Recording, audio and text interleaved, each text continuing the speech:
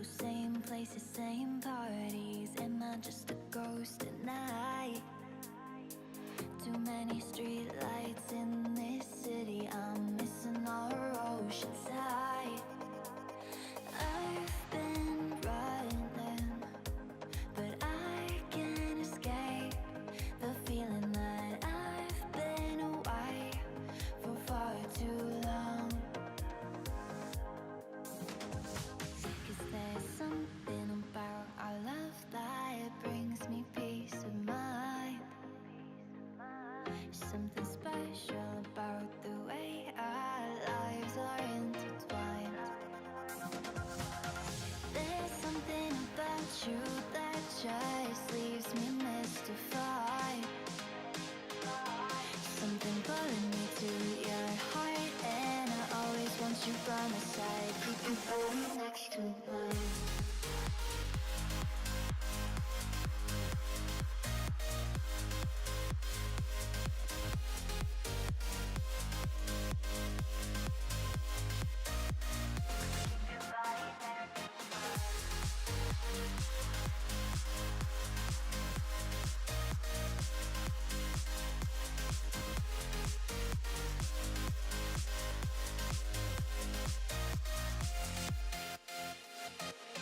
New people, new places, we're the same. A moment frozen in time. Wish I could relive the day I met you and fall in love a second time. I could run, but I know I can't escape the feeling if I'm far away from you for too long.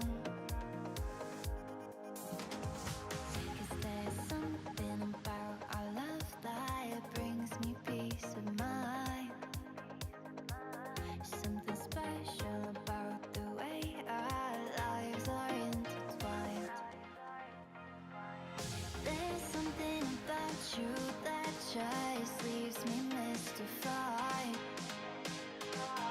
Something pulling me to your heart, and I always want you by my side. Keep your body next to mine.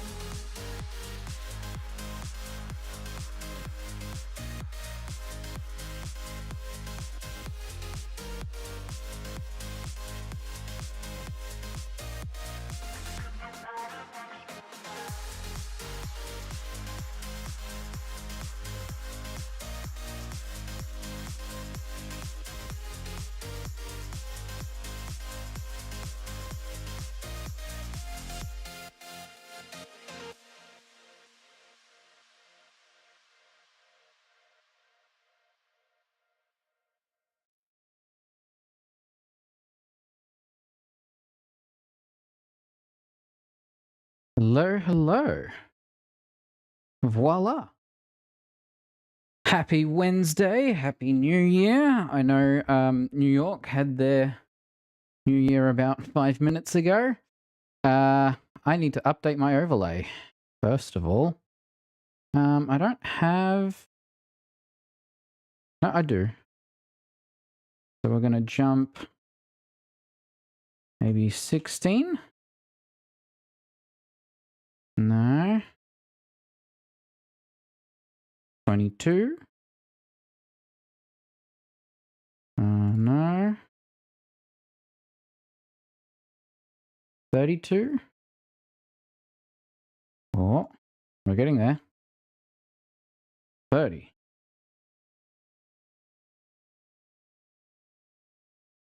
To 29.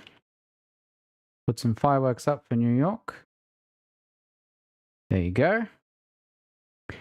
So, I know I promised potentially programming today, but at the moment, not feeling it. My eyes still need a break from last night. So I'm just loading up a Approaching Nirvana album we can listen to. There is a new single, but I need a full album, thank you. Something a little older. Horizons? Let's do Horizons.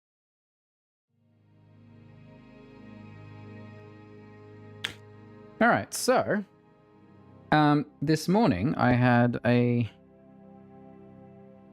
another attempt at something I've been trying to get working for a while, and that is getting schematics to load correctly in Schematica to be able to indicate where trees are supposed to be. Because right now, most of our world, or until this morning, most of our world didn't contain trees, which is not great. Why is my frame rate at 50? I think I need to... Oh, I like that it's locked. When it's locked, I can't accidentally remove it. That's good.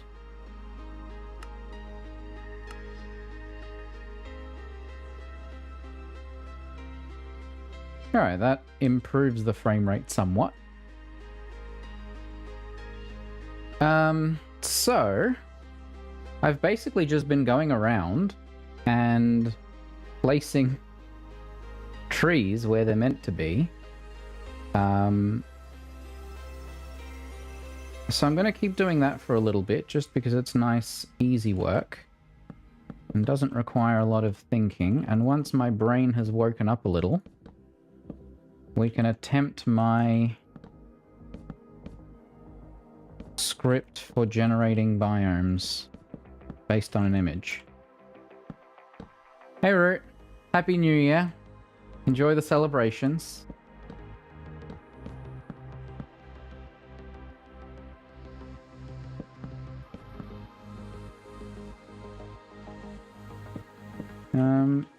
Yeah, so the image that I have generated of the trees,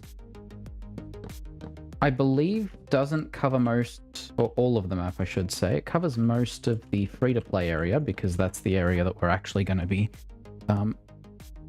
finishing at some point. And I'd rather at least get all those free-to-play trees out of the way before we do anything more complicated. The trees around the Grand Exchange will need to be revisited because they changed when the Grand Exchange was added. But for now, we can just place a few in the general vicinity where they are indicated and make the adjustments later.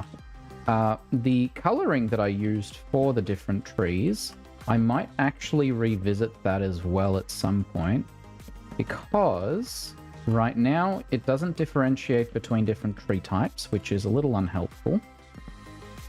And bushes and the centers of large trees use the same block, which can be a little bit confusing for anyone looking at the schematic, which for me, because I know it does that, is fine. But ideally we make the schematic properly and it populates all the bits the way they're meant to go. Is that all the trees in this area? Oh yeah, and this one also includes fences, which is nice. Well, I should say fences and like stone walls. But I've just made them all indicate as fences for now. Because previously I was using diamond blocks and shulker boxes, which definitely caused some weirdness. That is going to need to be revisited. This one's a giant tree. These are some small trees. Actually, let's see if loading our resource pack works now. Because previously, when it was using diamond blocks, that was causing me grief. Very big performance impact when you do that.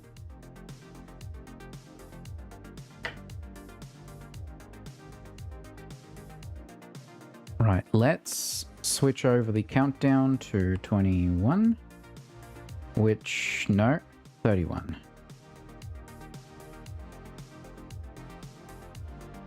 No, 30.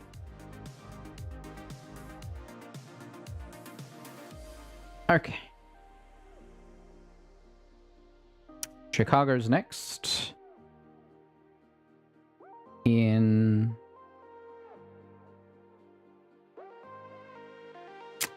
48 minutes. Oh. By switching resource pack, it unloaded the schematic.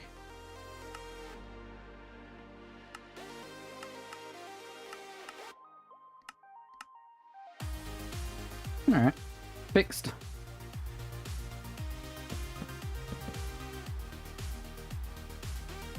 Yeah, this area here is a bit more complicated because of the large dead trees. Large dead trees just show up as huge blocks of wood, which is not intentional either.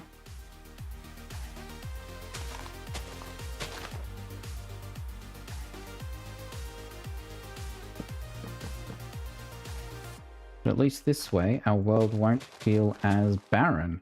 It'll still feel a bit weird because there'll be a bunch of tree stumps rather than actual trees, but hopefully Root's able to get some tree models soon. And we can start placing those in the world instead. But that can be an after New Year's thing. Because we've been coordinating on a number of other aspects, including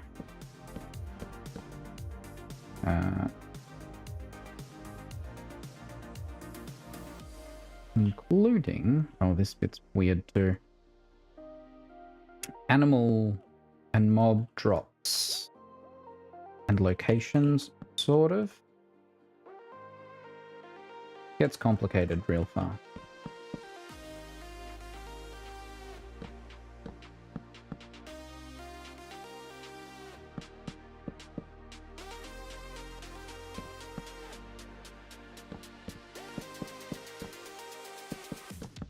Yeah.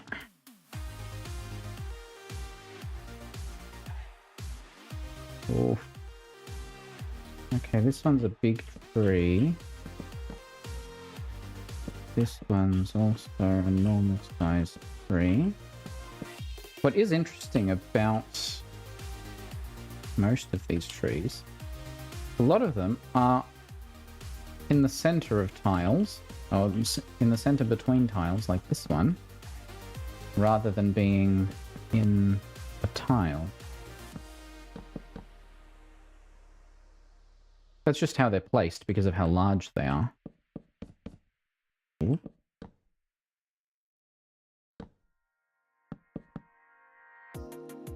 Okay.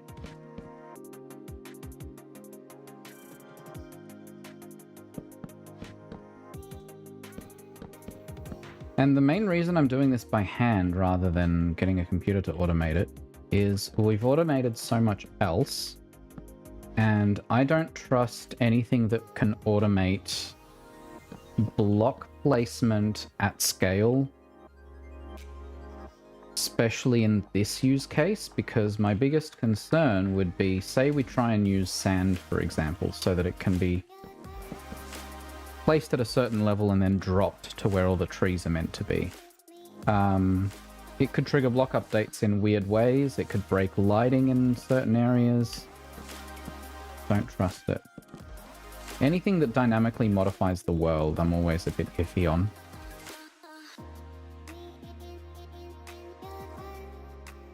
Okay. We're just approaching the front of Draenor Manor here.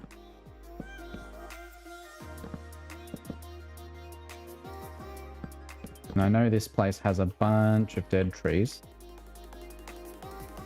Whoa. Okay, that one we're going to ignore for now. Some of these are really not obvious with the quad layer that I've set up here.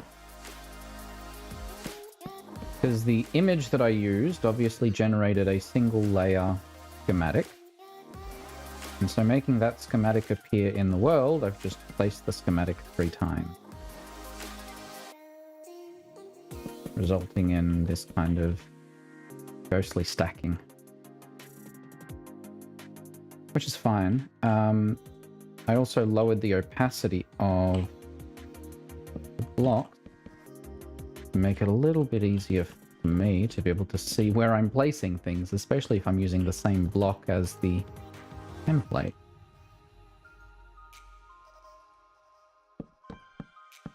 Now my hope is in the next couple of days to finish most, if not all, of the free-to-play area's trees. At least the really obvious trees. Just so that we know where they are, and so that they appear on the dynamic map, so that I can then load it into Photoshop and have a more complete picture of our build.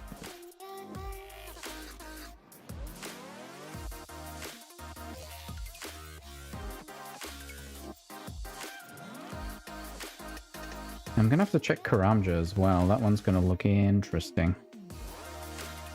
Actually, does the schematic have Karamja?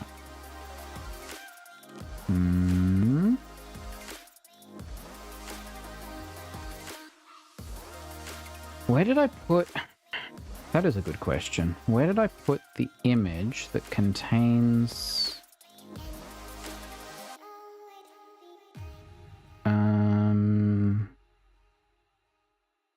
Map viewer and height map generator should have it.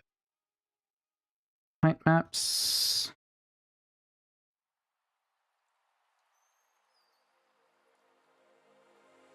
Do I not have tree? Caves, drain or sewer?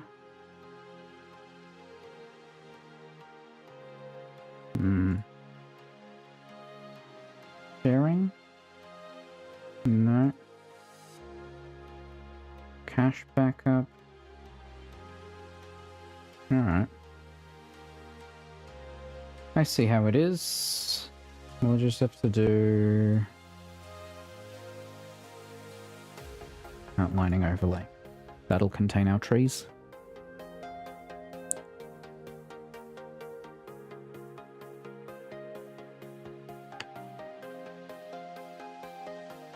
A little warmer today than I expected. Apparently, reportedly 19, but it's 24 in this room. Quite a discrepancy.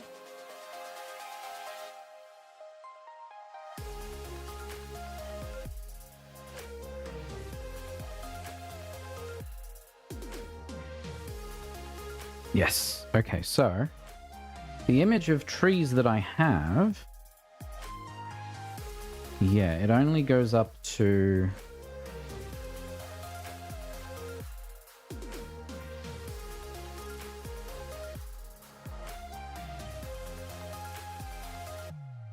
That's the top layer.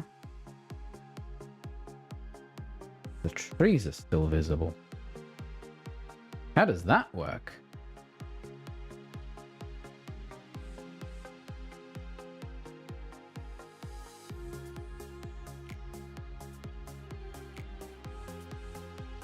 I didn't realize Draenor Swamp had so few trees. I'm gonna have to double check that later. Okay. Karamja does have some trees. Cool.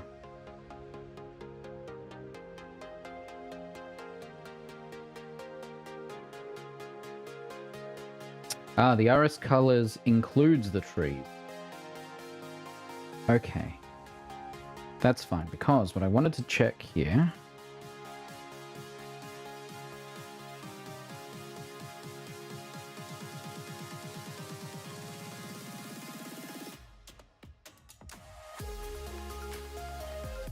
Now, there's supposed to be a tree back here. Cool. Draenor here. There's supposed to be a tree among the fence. Yeah.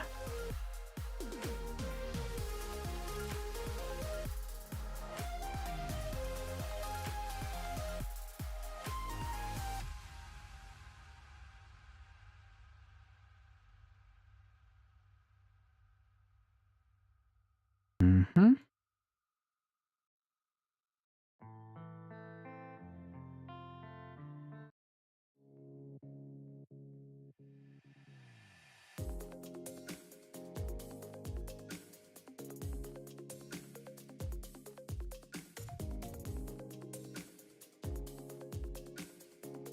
All right.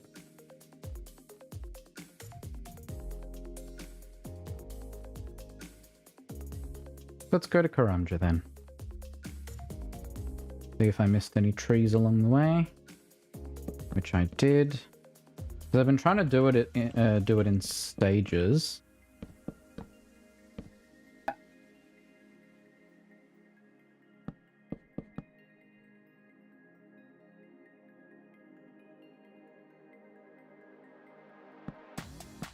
I don't like completely miss singular trees in the middle of a forest.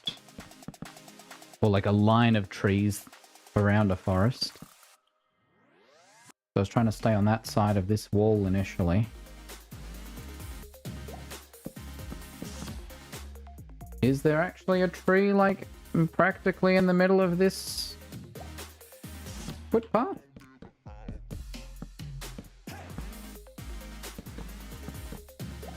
That is interesting.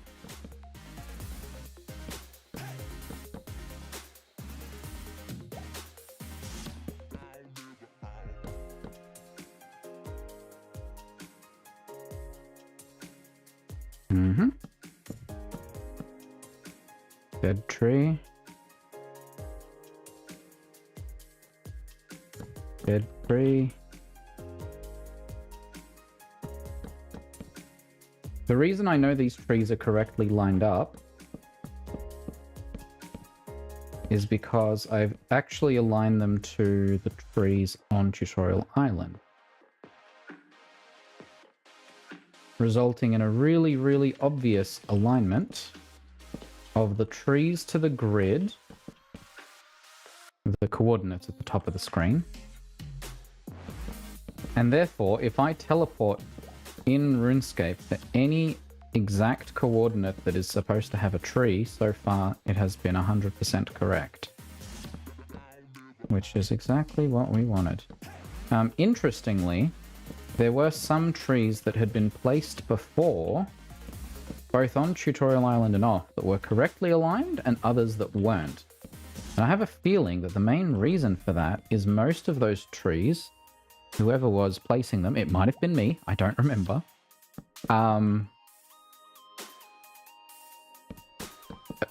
The person who placed them probably assumed they're supposed to be aligned to the grid, and so fixed them up.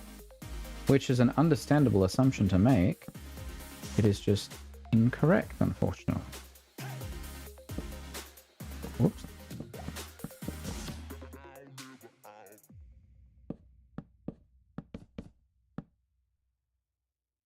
I'm assuming that this one is supposed to be here.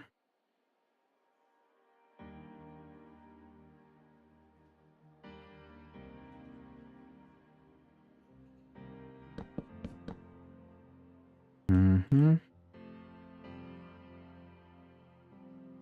And yeah, the biomes are still offset incorrectly, so I'm just ignoring any biome lines when building. The other thing is I will need to manually adjust coastlines, because I have verified that coastlines did not... The height map flawed all the values, resulting in coastlines being one block too low and water not being low enough. That's an easy enough thing to fix. There are a couple of ways I want to fix that. First is I want to lower the ground where the water is by 3 blocks, so that the water is deeper. And then adjust coastlines and hand place them.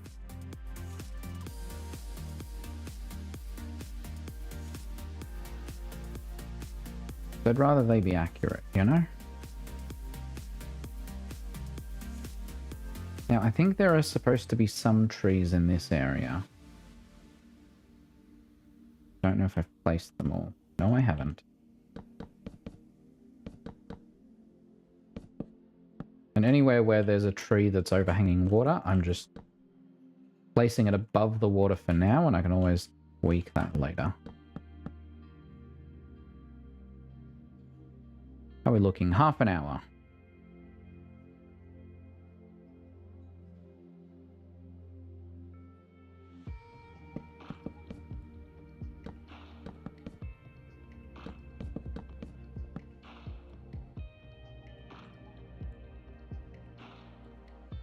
There are some blocks like this.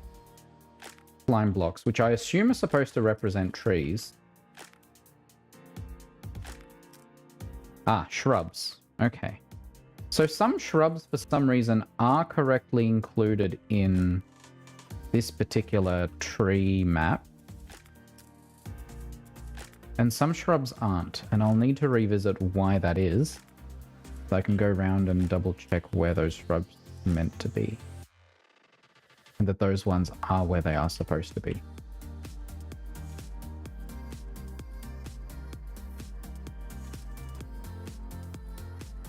Is this estimate correct? No, it's off by 1 block. Okay. There are a couple trees here.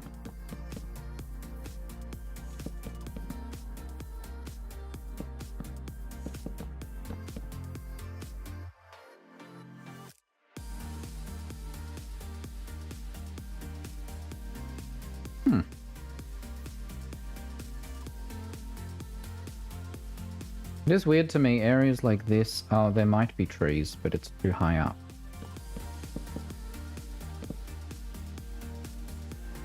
Okay.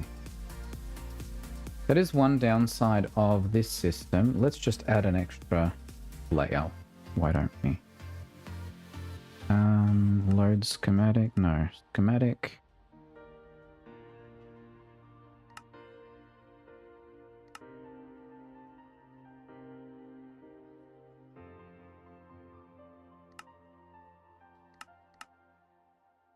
Mm-hmm.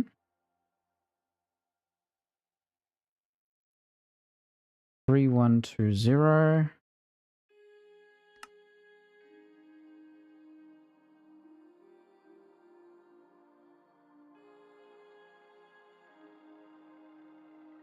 One 896.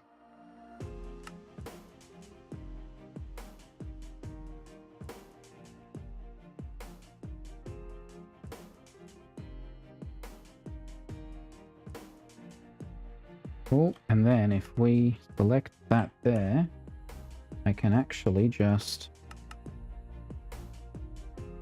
have one that I can move around.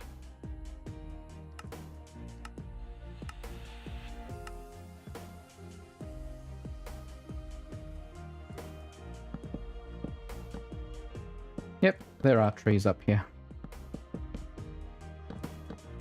What I am going to do though is I'm going to lock these two.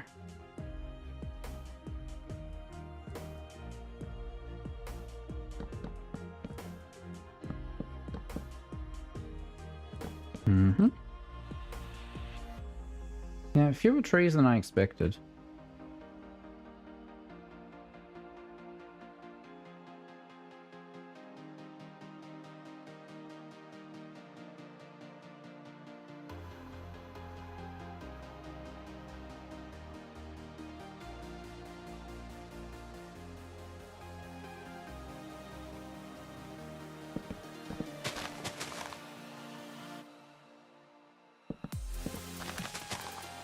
Mm-hmm.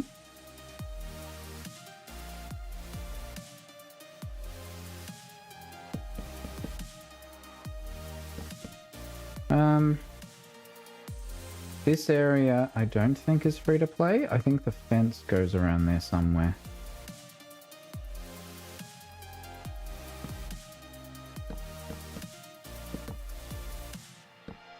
But these trees would definitely be visible. Especially this high up.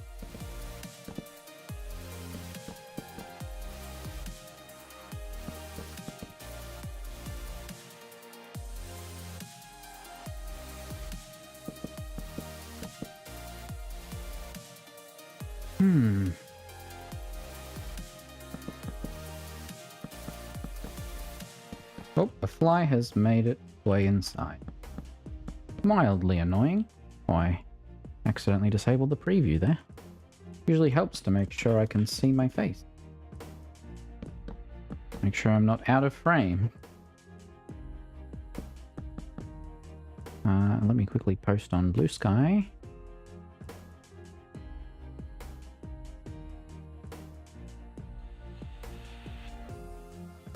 Is that my handcrafted tweet? Because it's not a very good one.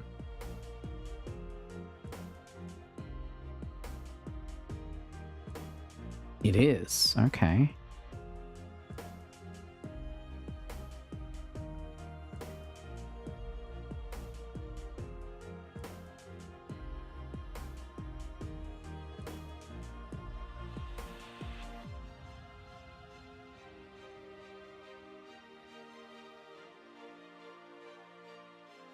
There we go.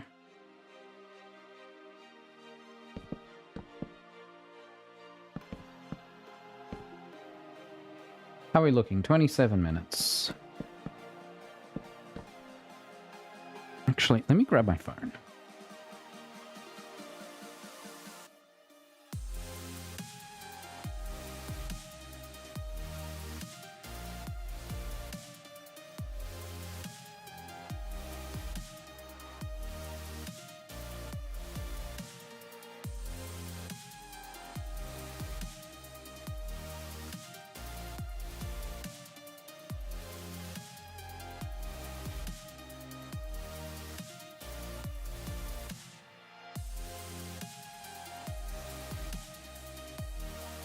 Okay. Wrong scene. Why do they have green? Oh, because fireworks. I should turn those off on this scene.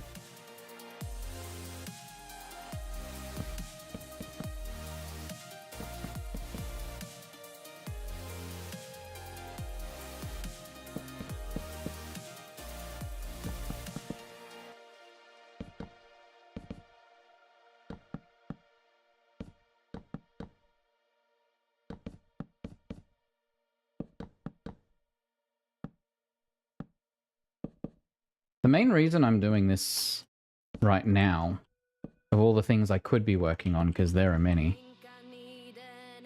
is the more I look at our map, the more I'm like, it looks really bland.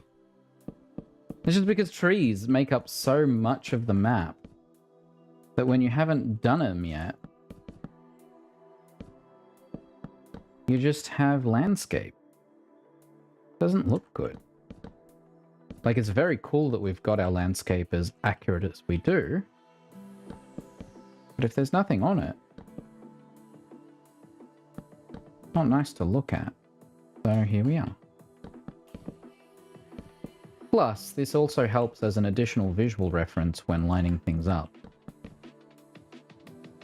And that never hurt.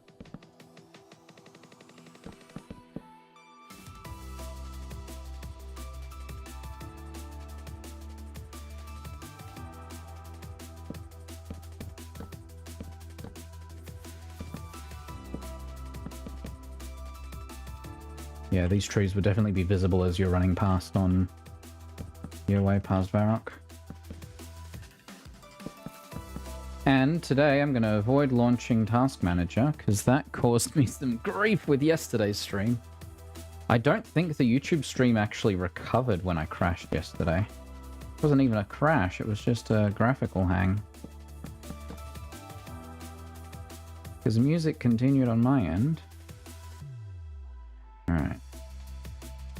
Dead tree here. Now if you're running this way, which the path is missing here, that's a separate thing I'll have to revisit.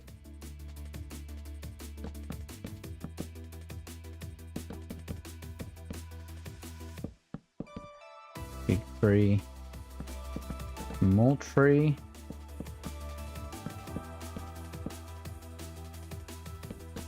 I do wish you could disable collision for blocks that you're trying to place when it comes to your player. There's too many times when I'm trying to make sure I line this up correctly.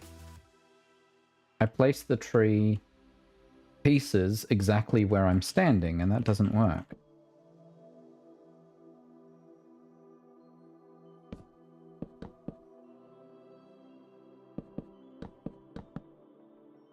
Mm-hmm.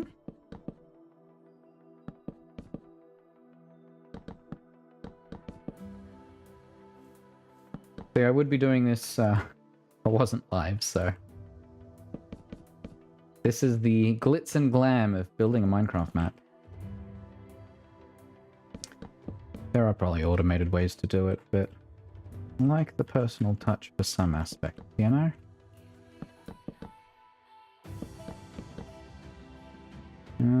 I assume this is a dead tree. Or it's 4 trees. We'll find out someday.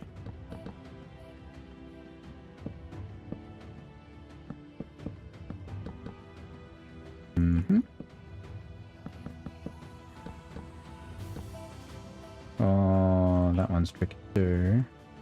This one's obvious, but the rest aren't. Alright, let's demo this. Okay, so there's potentially a dead tree here, I think.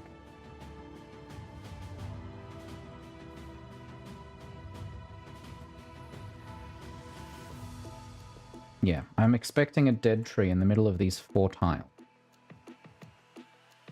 So let's go to this top left tile, grab our private server, 3301, 3475. Dead tree.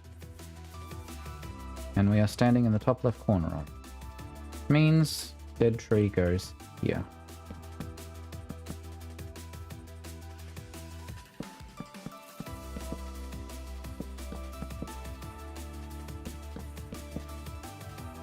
And you can tell just how many trees are in this one spot.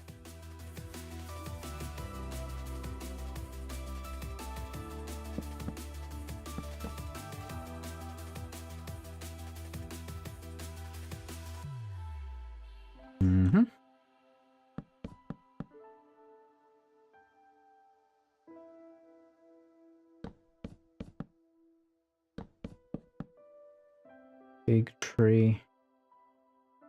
Yeah. Sometimes, unfortunately, yeah.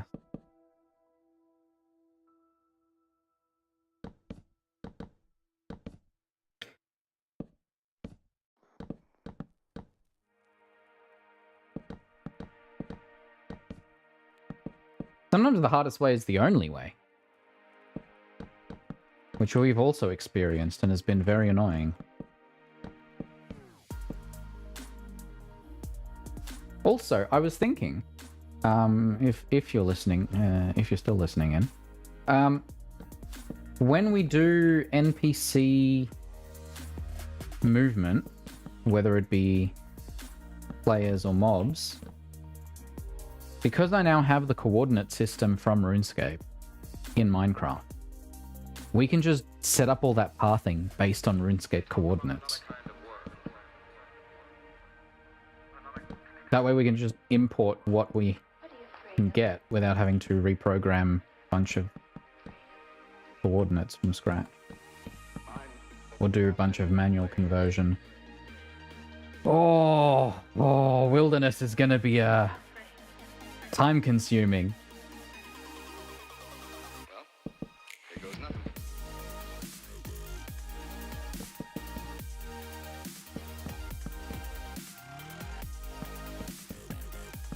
Just going to stay on this side. There's a nice little trench that goes along here. So I'm going to do the trees on this side of the trench.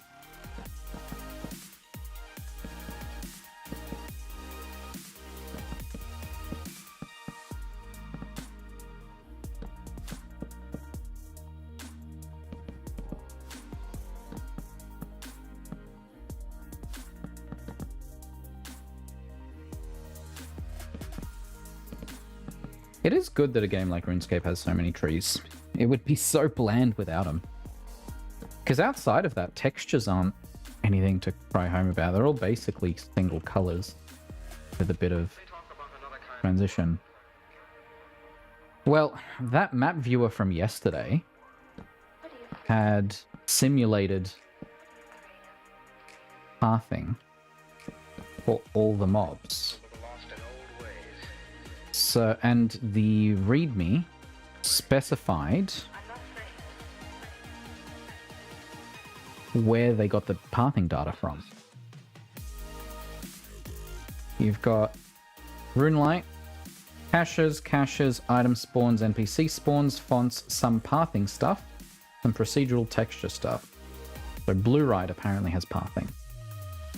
An efficient BFS Pathfinder.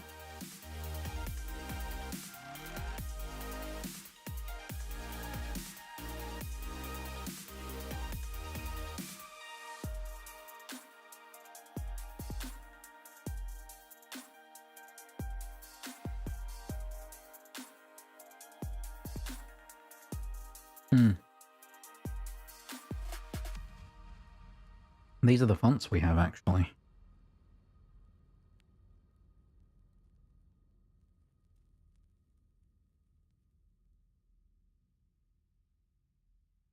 "2009scape, an open source RS2 remake."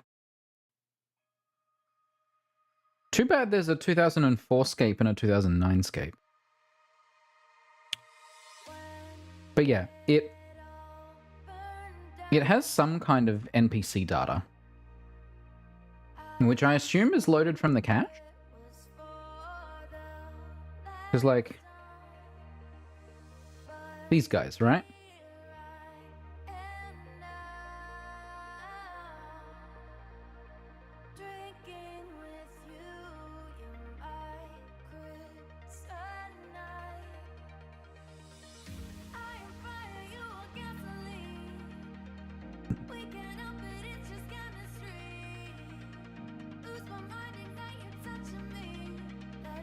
They're walking from somewhere to somewhere. Let's see, this imp.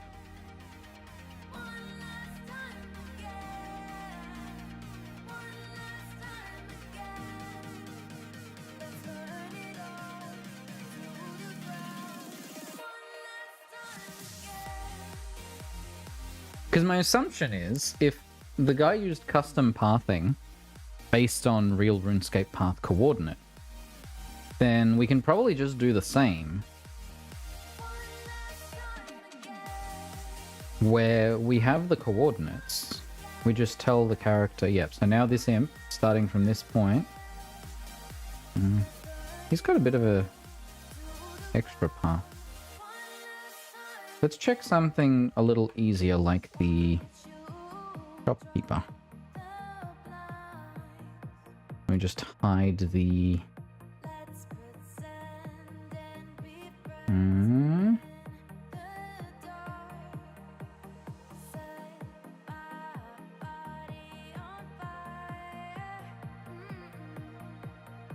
What am I trying to do here? Not fog depth.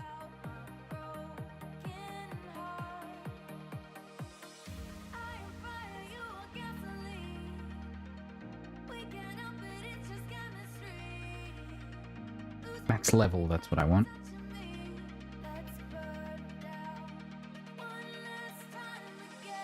Okay.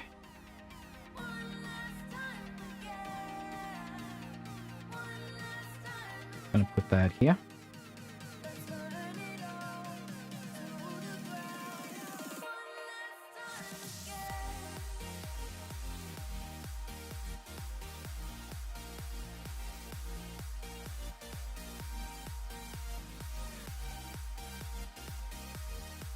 I mean, I feel like they walk a lot.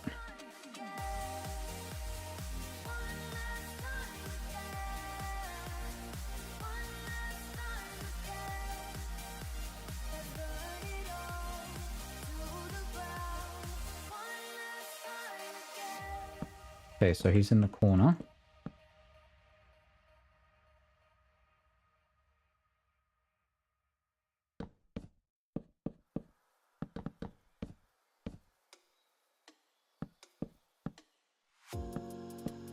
Yeah, it looks to be in a loop. A very long loop, but a loop nonetheless.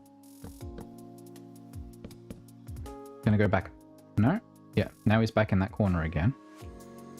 Then he's gonna go up, around, and then back to this spot here.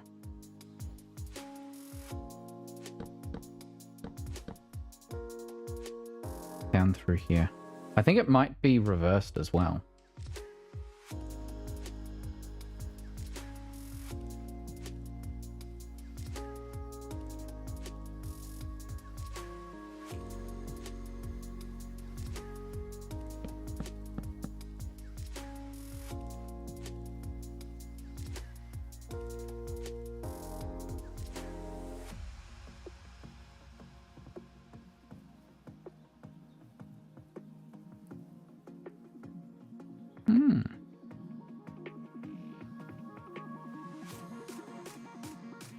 converting to checkpoint tiles, which are the turns, yeah. That makes sense. Yeah, that's pretty much what I expected.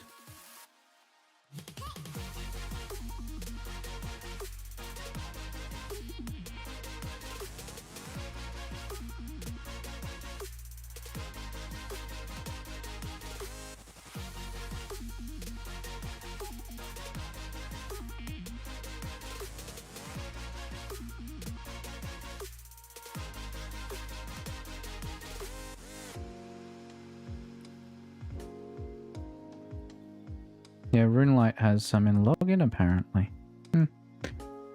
Yeah, so...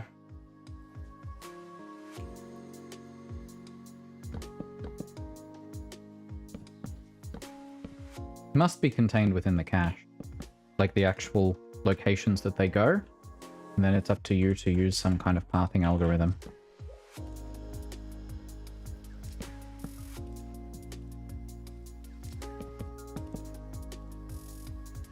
Because like most private servers that we've seen don't use any of the original mobs. They're usually quite barren in terms of non-player characters.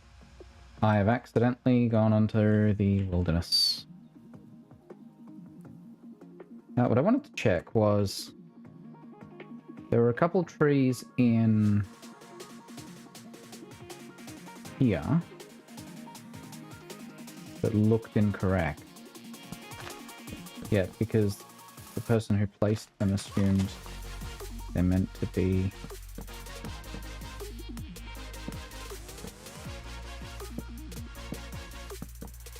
in the center of a tile.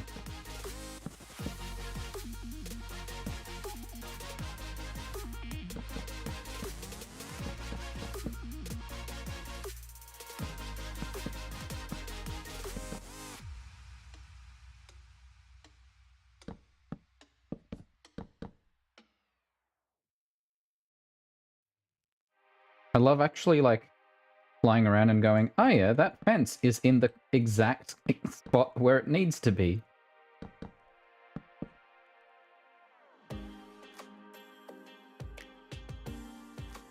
There are some fences missing there.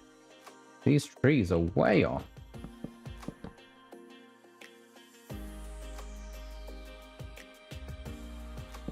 This one's sort of correct. Again, corner of tiles. And the upside of loading the schematic file that is basically the size of the world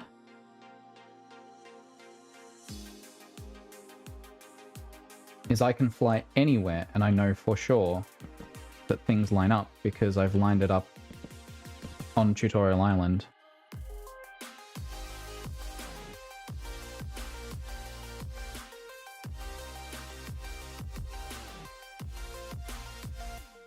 Is there meant to be a tree here?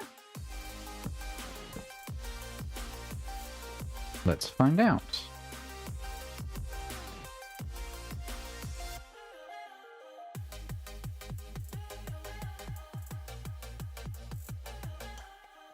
No, no tree here.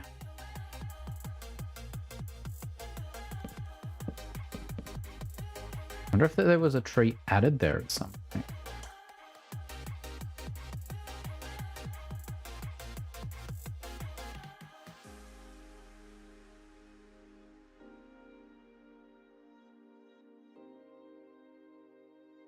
Nope, still no tree.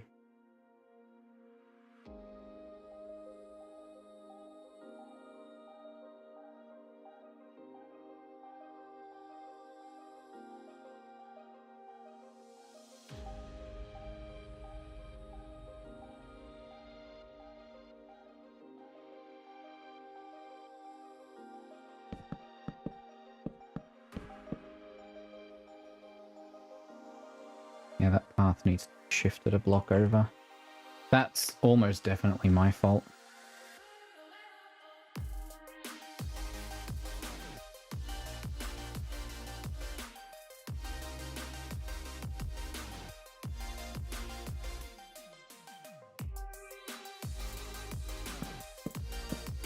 Ah, that's what I wanted to check. This hole while we're here.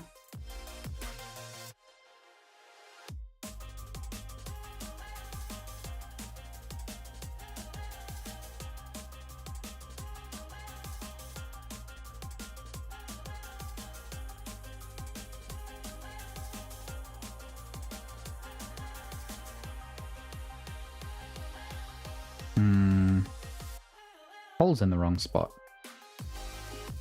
Which would match, because the hole is theoretically meant to be here, which means the underground is...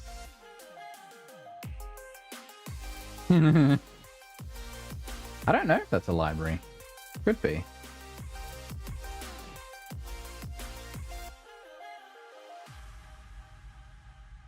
So let's just teleport here in the private server.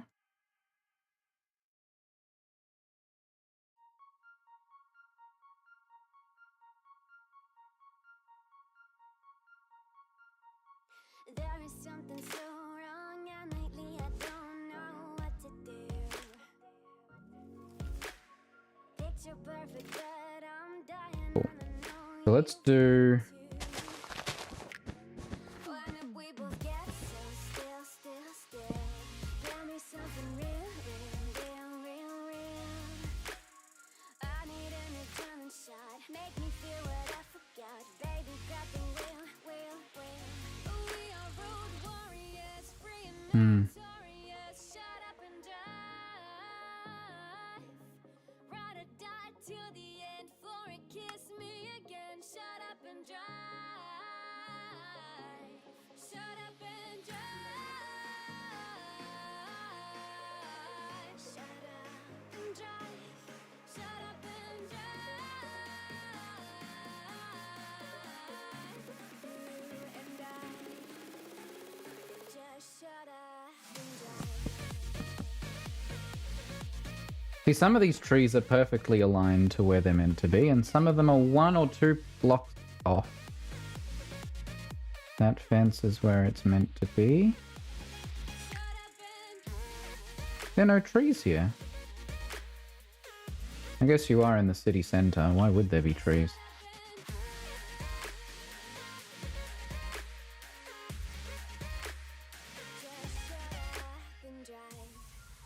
Okay, so some trees just don't show up here. No more pretending, shiny picket fence left in the dust. Wave it in the rear view, 'cause you know those Because there are definitely some trees here. There's 2 there, and 2 on the other side. I need an adrenaline shot. Make me feel what I forgot. Baby, grab the wheel. We are road warriors, free and notorious. Shut up and drive. Ride or die till the end. For it, kiss me again. Shut up and drive. Shut up and drive. Another dead bush.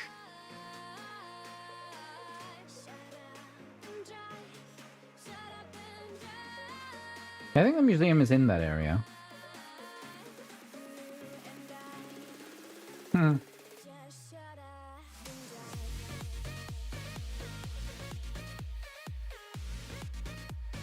Yes. Chop down dying tree.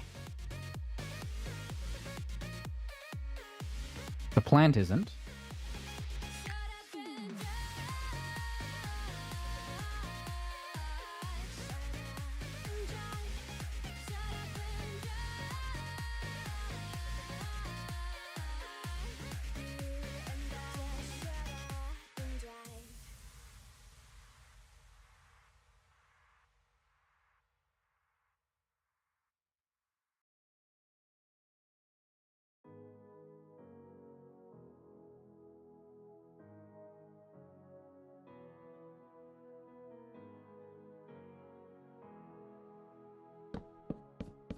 Some dead trees in this area.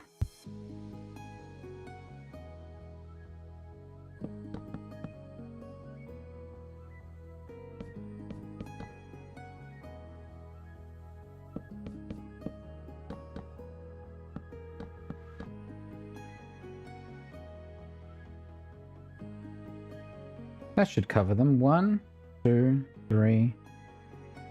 No. There's some weirdness here. Could be 2 dead trees.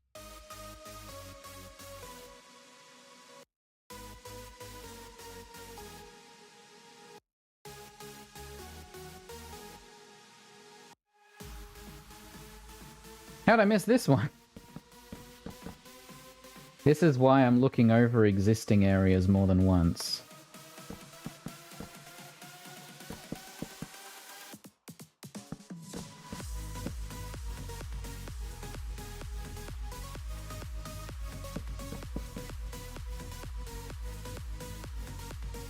Possibly, yeah.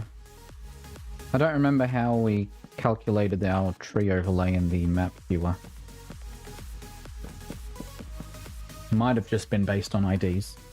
And if that's the case, I'm going to redo it with a different color for each ID at one point, so that we can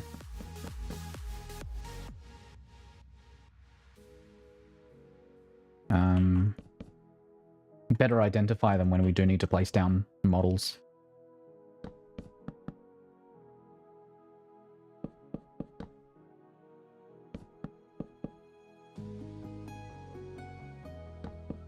Big tree. Really big tree.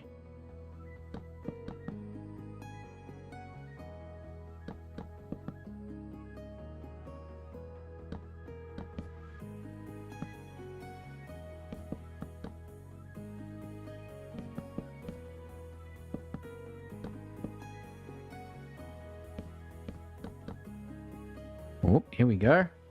We are a minute and a half away from New Year's in a large chunk of the US. CST.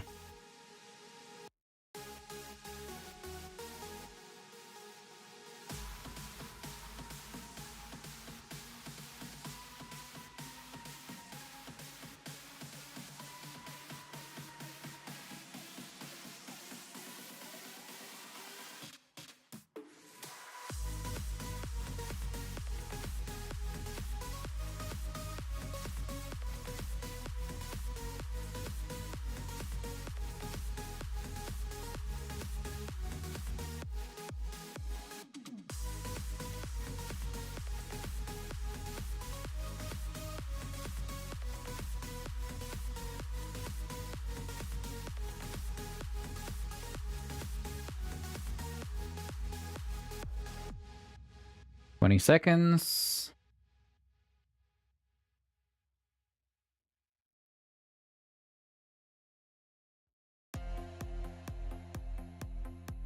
Are there any trees in here? Or just fences? There are trees.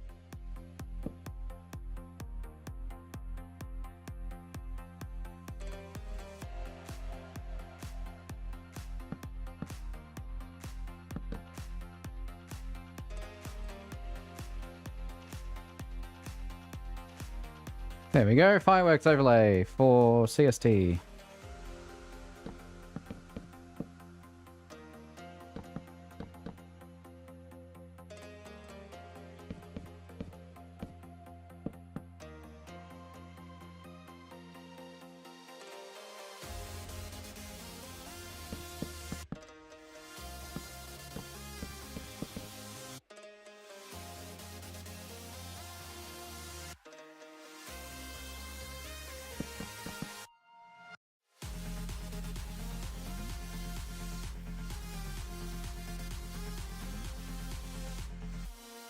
I always miss a couple trees.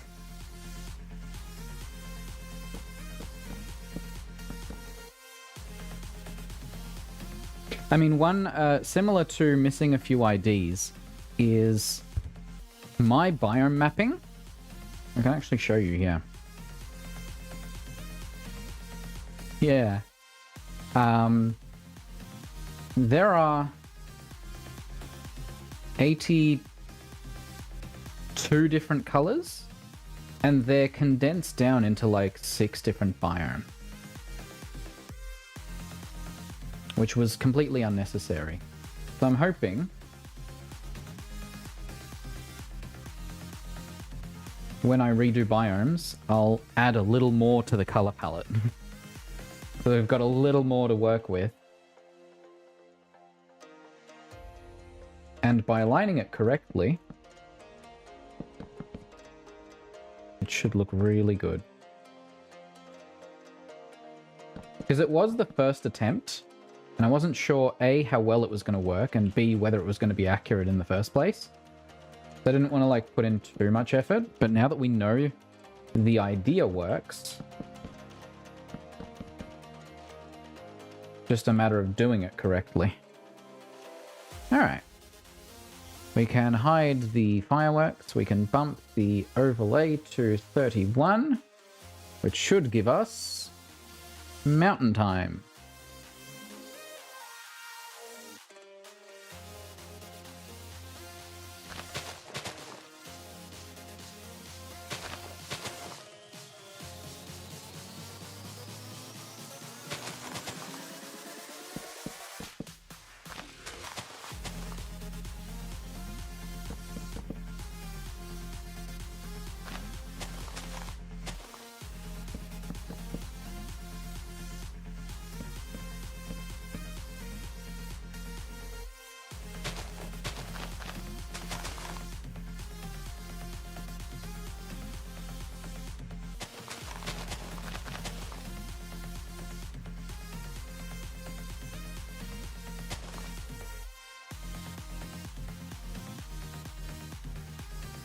Alright, I think I've done all the trees within Falador.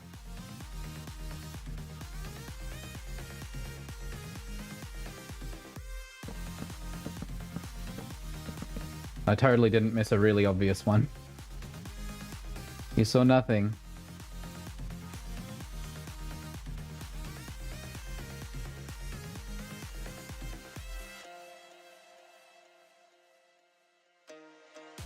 Aha, there's a couple hiding behind this building.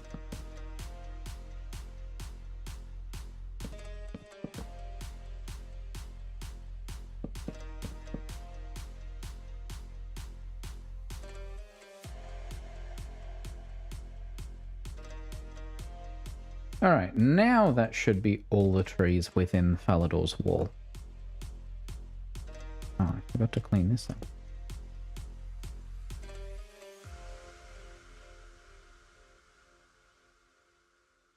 Now, similar to the wilderness, this area is scary.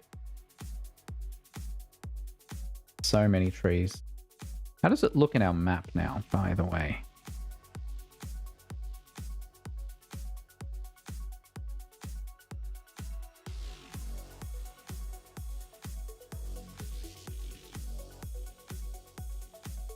It looks much better. There's Tutorial Island with all its trees.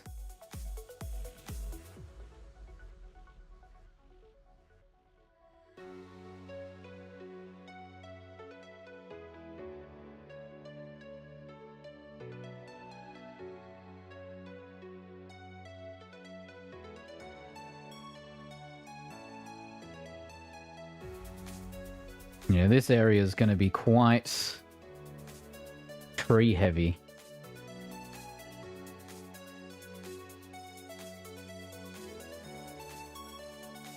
There are a couple trees missing here, though.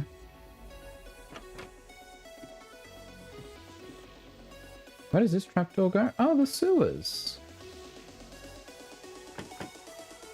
Is that in the correct spot?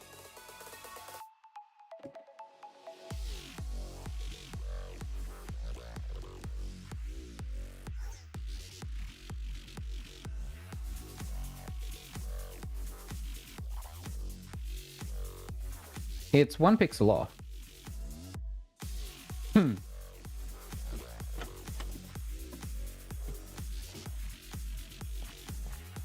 Might be correct.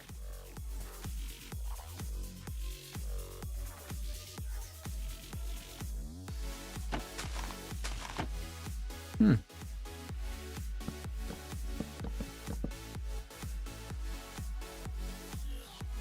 think my friend has already gone to bed for New Year's.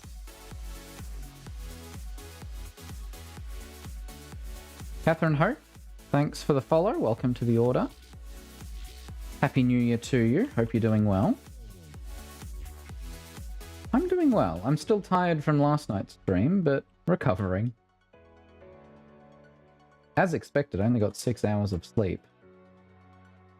I had to eventually force myself to go back to sleep.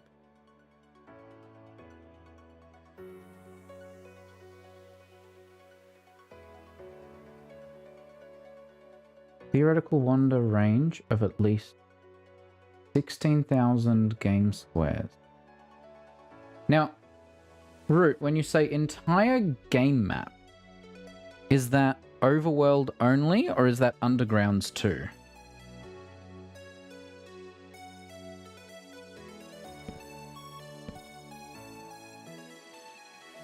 Do you have any plans for New Year's, Catherine, or are you just chilling on Twitch at home? Nah. My favorite game at the moment continues to be Overwatch.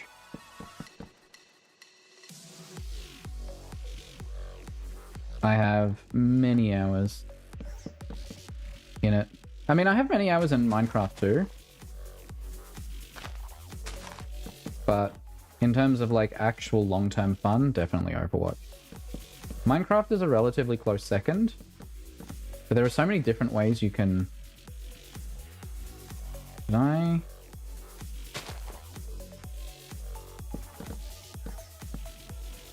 There are so many different ways you can play Minecraft, but they're very versatile.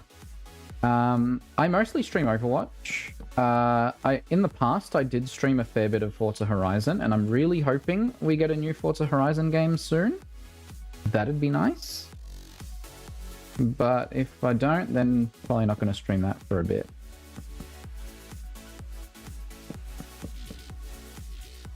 Ooh, there's a tree in here.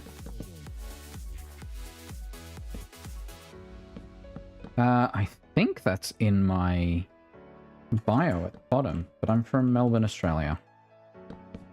How about you? My New Year's was last night. It's, what, 5 PM for me on New Year's Day.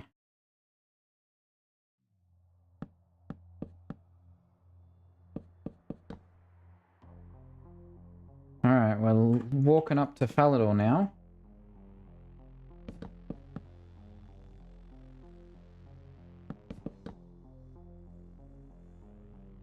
Yeah. When we get hot weather in Christmas time. Ah. So you're still a way a ways from New Year's. No, you are 6 hours into the New Year. My apologies.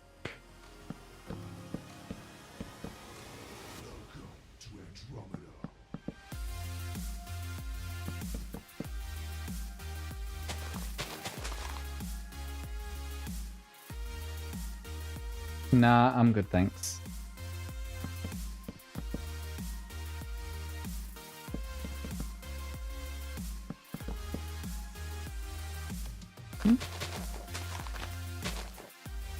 I'm surprised by how many shrubs are just dotted around the map. And that our system picked them up. Unexpected.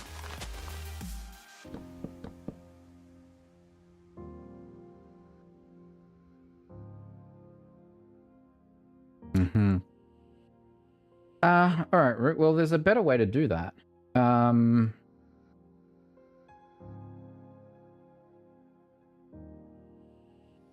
In terms of the overworld map, walkable tiles is separate from all tile. That would be one thing. That if you're calculating how big the map is, are you counting all the bits of ocean around the edges? Because some of the cutoff for that ocean is quite arbitrary.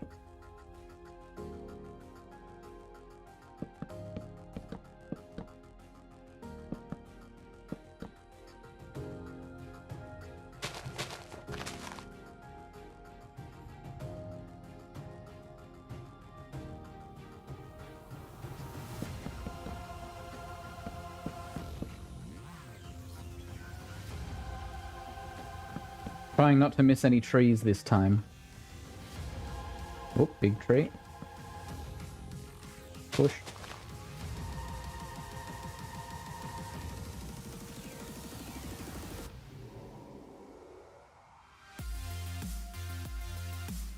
Like, I totally missed this tree here for some reason.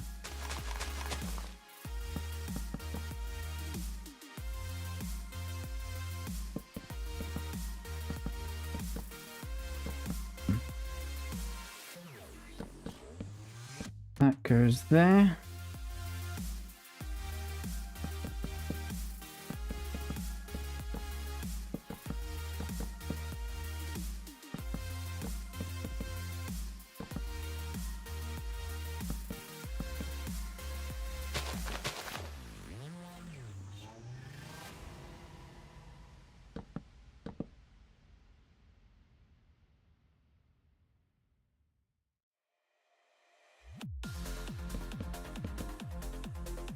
Just trying to figure out where I should end the current zone I'm working on to go back and make sure I didn't miss any trees.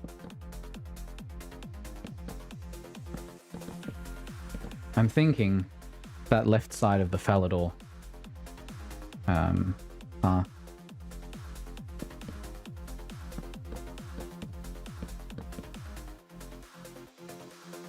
Because I'm sure I've missed a couple trees along the way. Because there's a nice clean line here in the light green. Yeah, there's a couple. Big tree.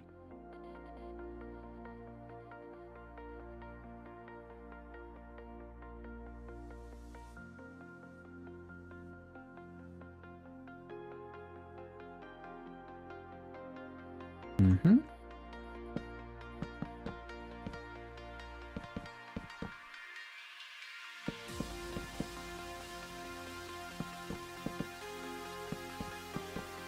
This area is interesting.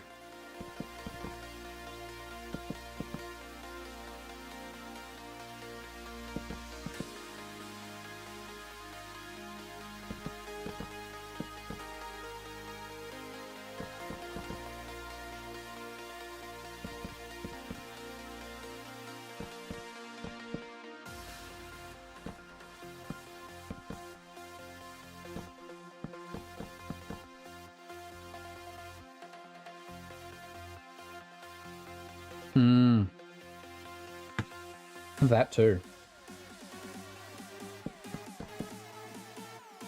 Because there was that map expansion. True.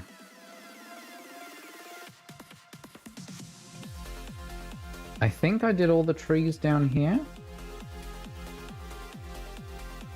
Definitely worth double checking now that I have a stacker of trees. Yep, I missed a couple. Because when I was doing this earlier, I had to like keep moving the schematic up and down. This way I have a much more obvious and simpler way to verify the trees are where they're meant to be. Hello.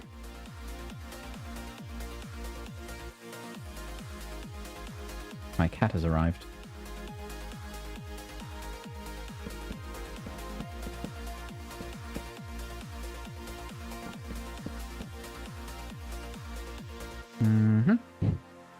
Oh, she's walking towards me. Is she going to bite me?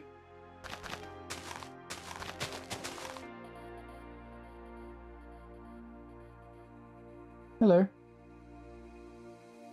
She sat down in the middle of the room. Why is this like this?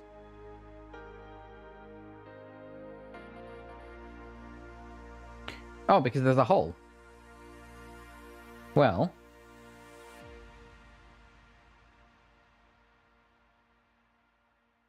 technically, this actually goes uphill.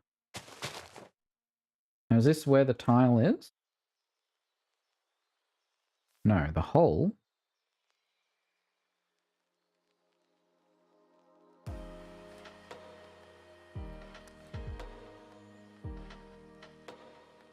3018. The hole is here.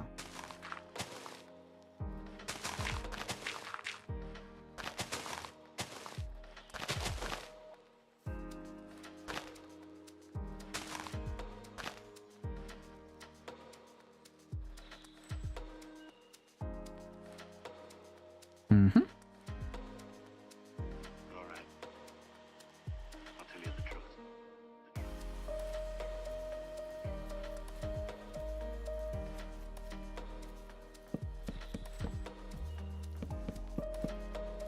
Your breath smells.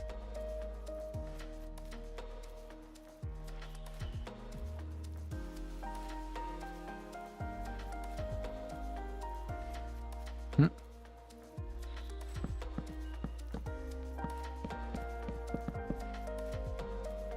Oh. I'm getting a phone call. I will be back. Happy times we had.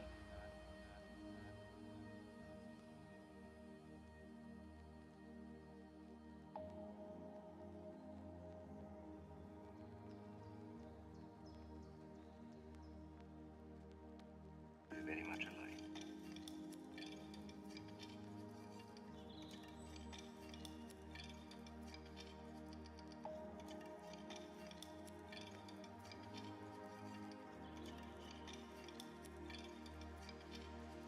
Remember all the happy times we had.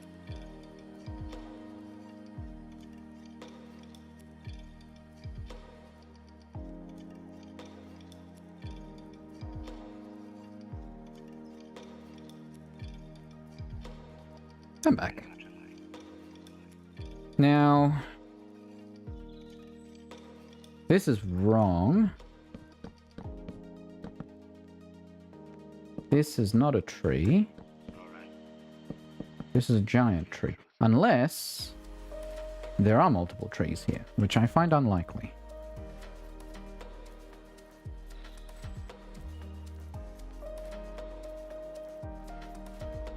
Nope, it's one big tree.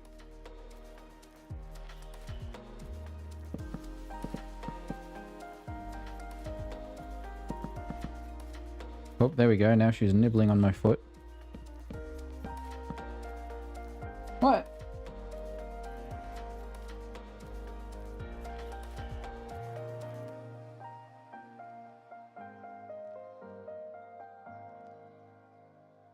I keep going to place more blocks there, knowing it's supposed to be a big tree.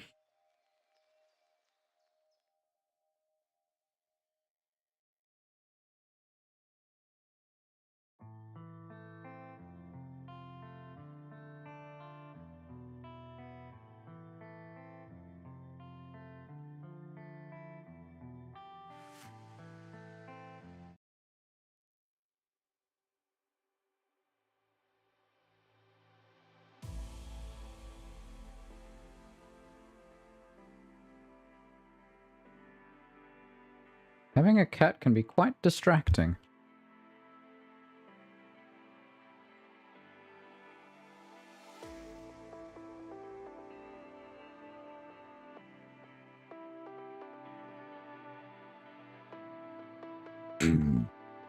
I think I have successfully placed all the trees in this area.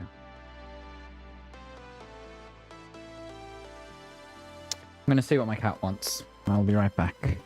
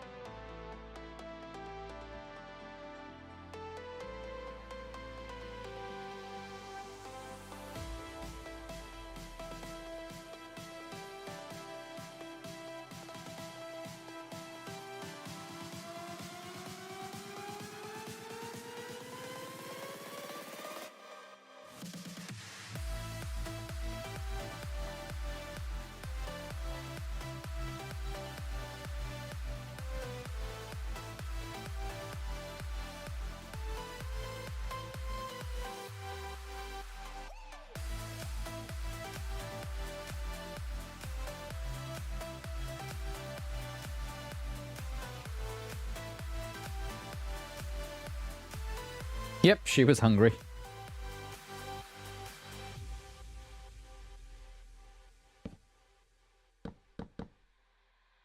I have now successfully fed her. That one there. This one here. This one here. I think this one here. There might be an additional one mixed in there.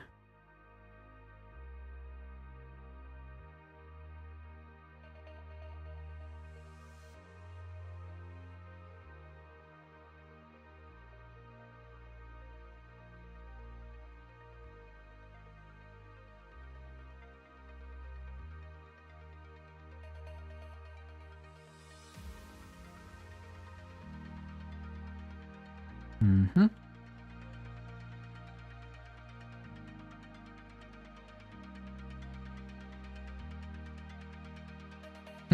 It's not. Technically it is useful because previously when we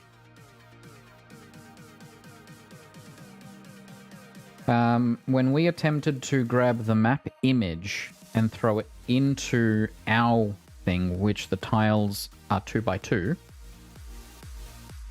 I did have to shrink it to 95%. So that could be correct.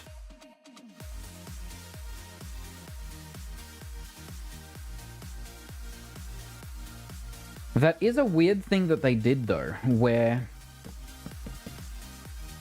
the map image file that you can get of the RuneScape map isn't pixel accurate or isn't pixel perfect, either to a 1:1 or a 1:2 or a 2:1. Because that'd make my job easier. Whoa, that's some dead trees. Yeah, I'll have to revisit this area for sure.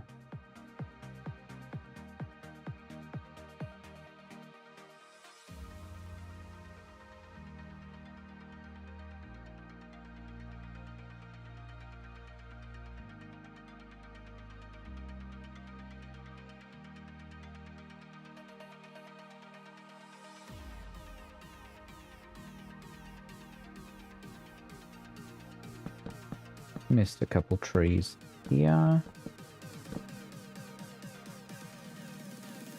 Somehow.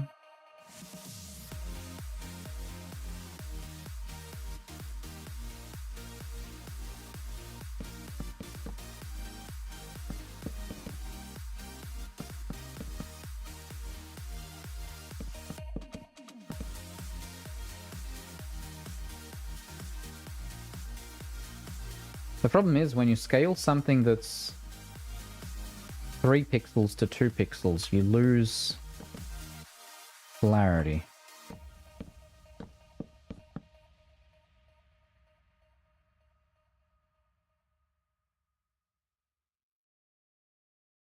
Yeah, this is unpleasant.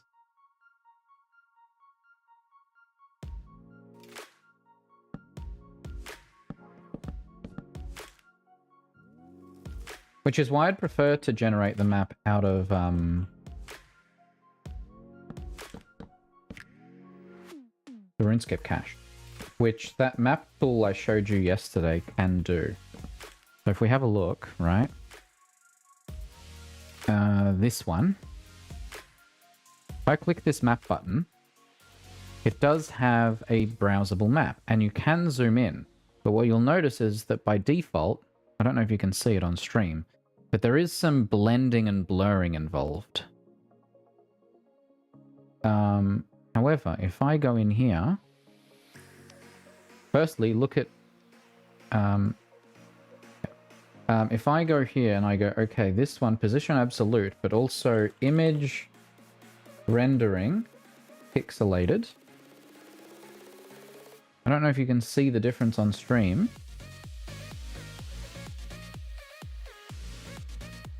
But it removes the blurring so that you can actually see the individual pixels. And then when you enable the grid, it makes it even more obvious. The only downside of doing this is that while it makes outlines clearer here, the minimap here, which I don't know if I can... Yeah, I can. Okay. The minimap here also has the same blurring, right? So minimap image. So if I do image rendering, pixelated, then it's fine when it's like well aligned, but the moment you start to turn, it starts to get really bad at its original zoom level. I do need to find a way to zoom that map.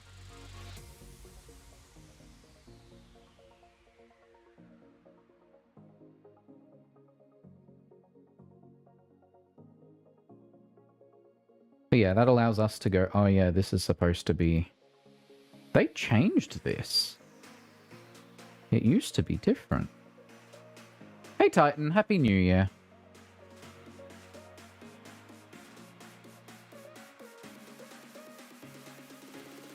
I assume that means you went to bed nice and early?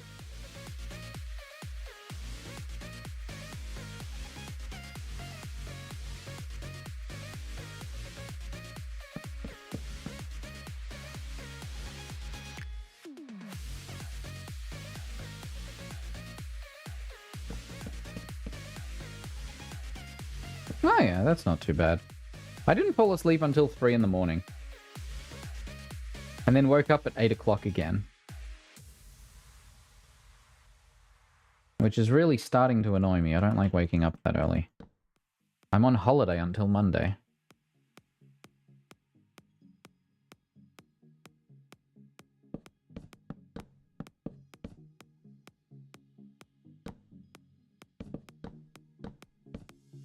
So after like waking up and sitting there for about half an hour, I then went, all right, now to try going back to sleep. And I was successful.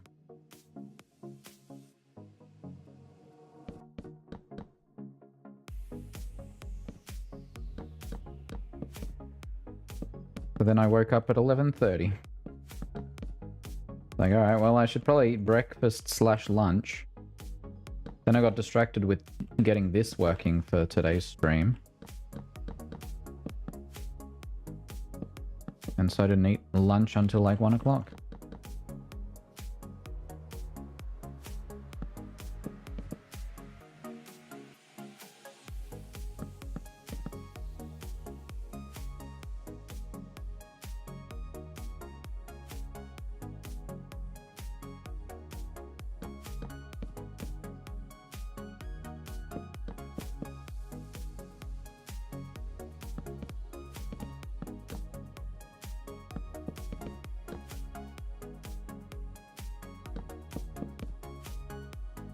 I think that's just 2 giant trees right next to each other.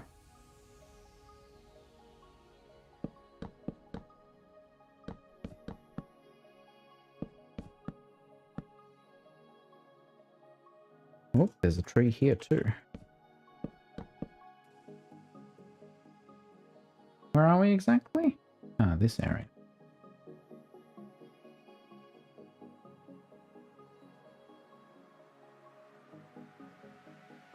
Weird that fences don't appear here in a very obvious way. They do exist, you just can barely see them.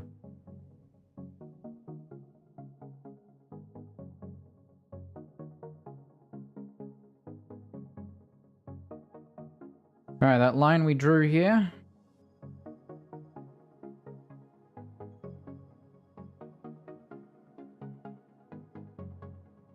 Maybe we start from the south and work our way up. We can get rid of that grid for now.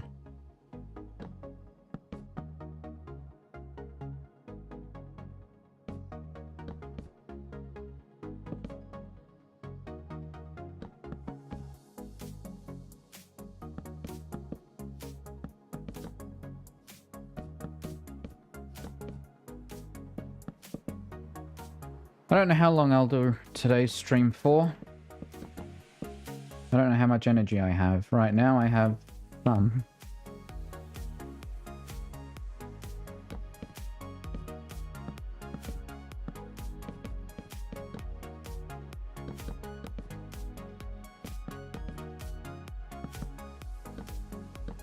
I'm not thrilled about the idea of potentially importing the world file into World Painter and then re-exporting it. Could cause all sorts of weirdness. But right now, that seems to be the only option to redo the biomes. And at least I can like retry it multiple times until I get the result I want. Before I try loading it back into Minecraft.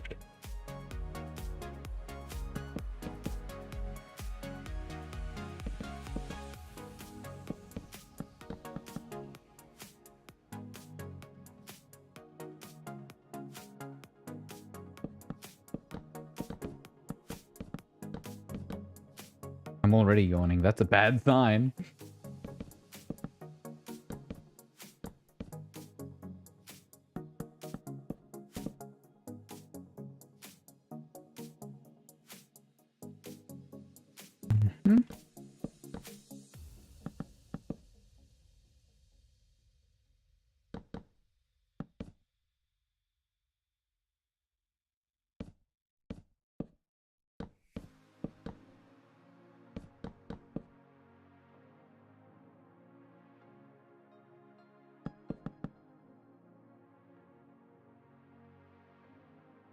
Any trees in here that I missed? Some really obvious ones, maybe? Every time.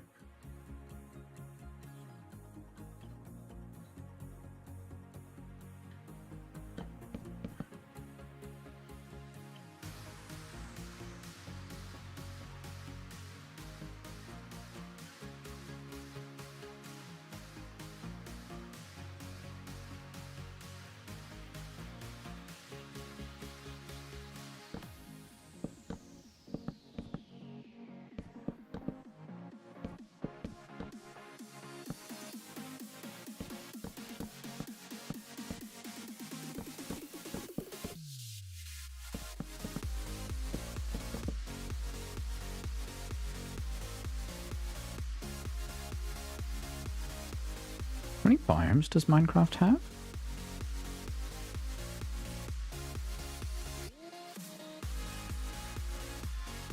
Oh, I was also going to install a Chrome extension.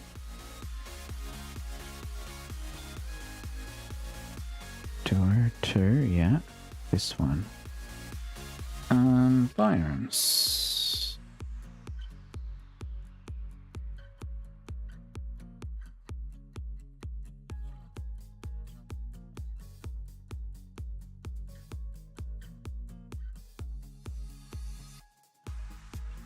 Whoop. Biome types. Tint. Yeah, I know the tint exists. No, you know what? This list doesn't help. What I do need... color map.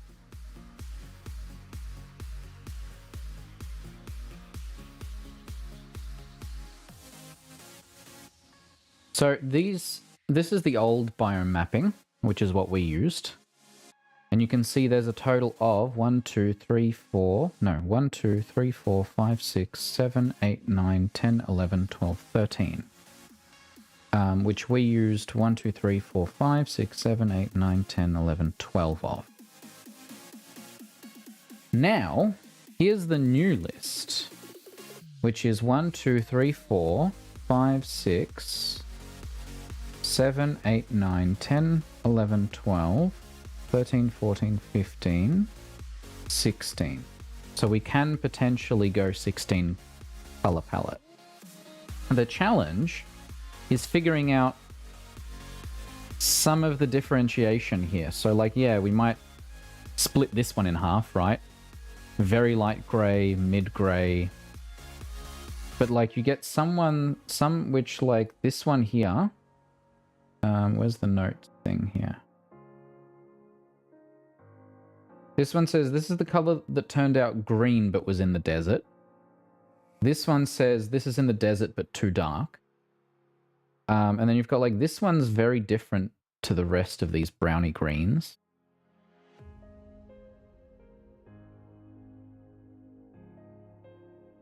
So, and like various reds, various blues. So I might split the darkest blue and the lightest blue, because that one's the ocean biome, I think. Yeah. This one ended up being mushroom, which didn't end up showing up much. I think that's mostly in the wilderness. These three greens probably need to be split, because that one's birch forest and that's everywhere. Plains also probably needs to be split, these greens into these greens. And then footpaths need to be broken up into their own color, which right now I don't actually know.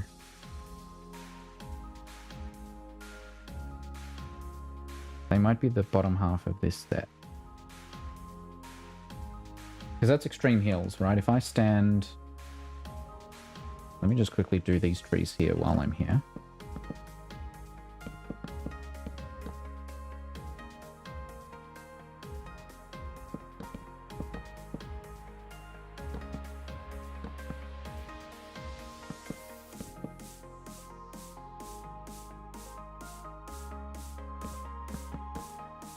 What's really annoying is that the color map that Minecraft uses actually looks like this.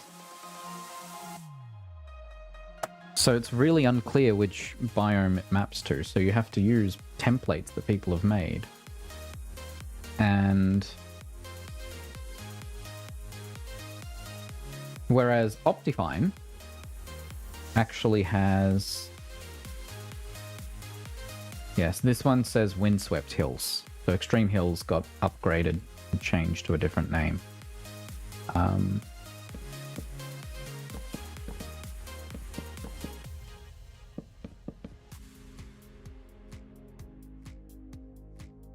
might be better off using some kind of tool to get an average color of each, or like a similarity of each color, rather than doing it by eye. And then generating biome colors based on that.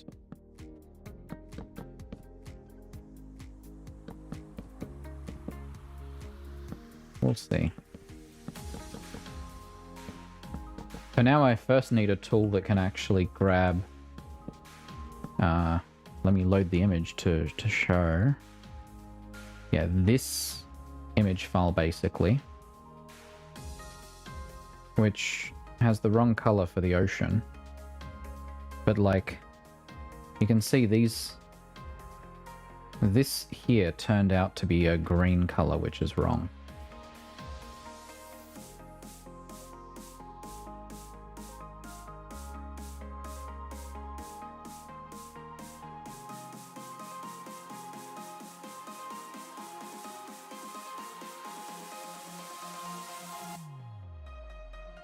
And that one probably is marked as blue.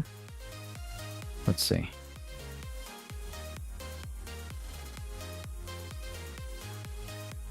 No, it might be...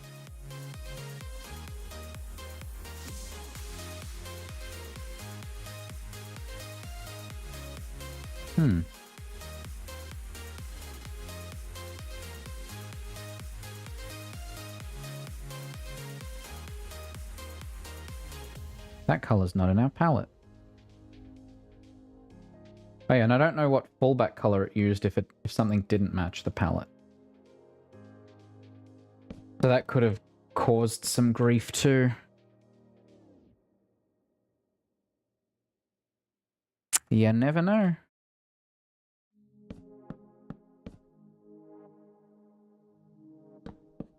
At the very least, using a larger palette is a better idea.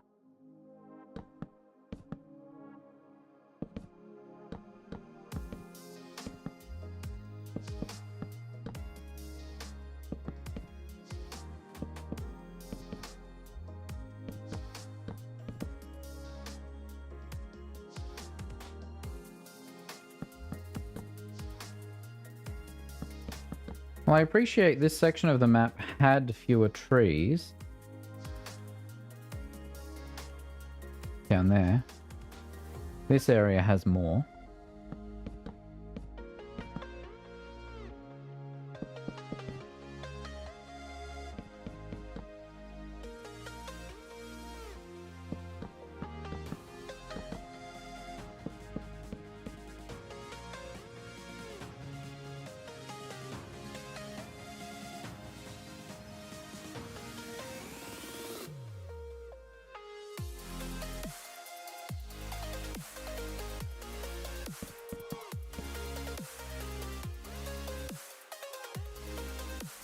The map's going to feel so much more complete with all of these little bits of trees.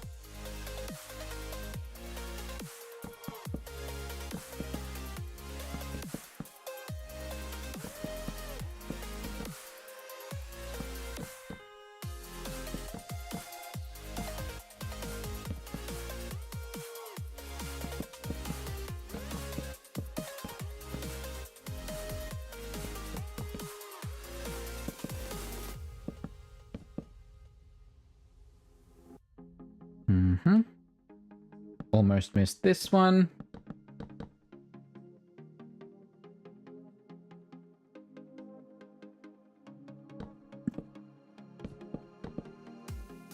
My biggest concern with the biome stuff is that Minecraft apparently uses biomes in a 4x4 grid, whereas we need them in a 2x2. And there seems to be some level of blending in the files that I don't have control over. Oh, missed a spot here.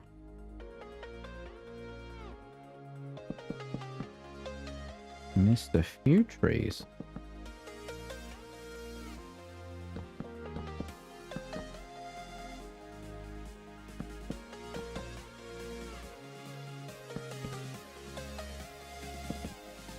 Like, this red here is probably supposed to be more of a brown.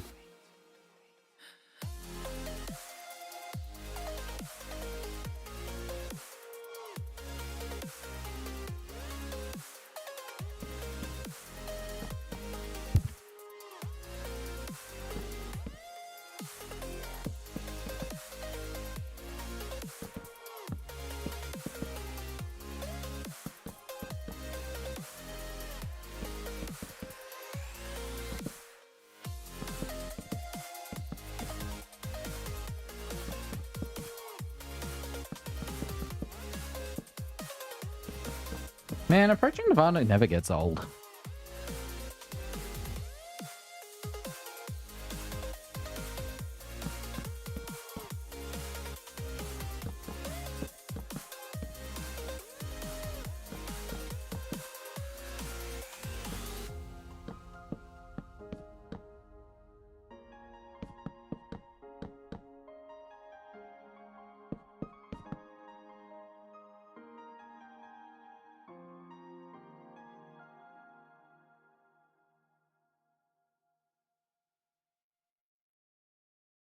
All of the trees back here, except the one on this little island.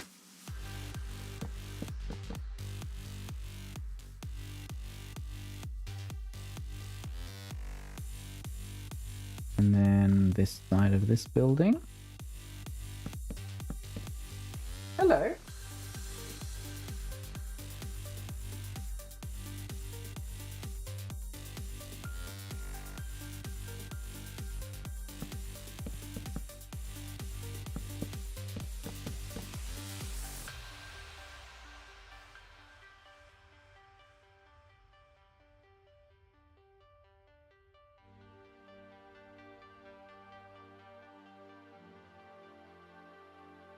Making sure I didn't miss any really obvious trees along here. Like these ones.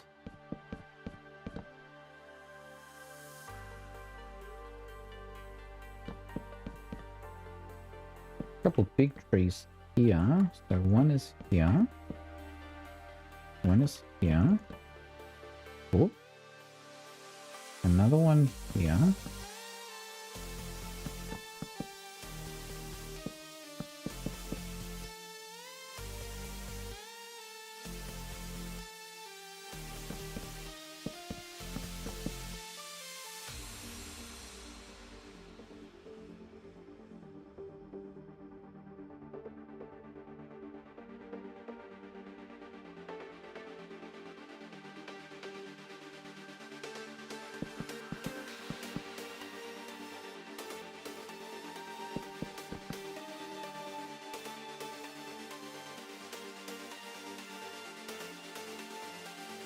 Yeah.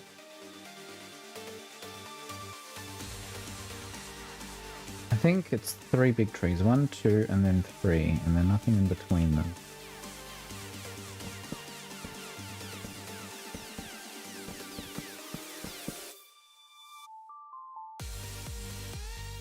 Um, 11 minutes for MST.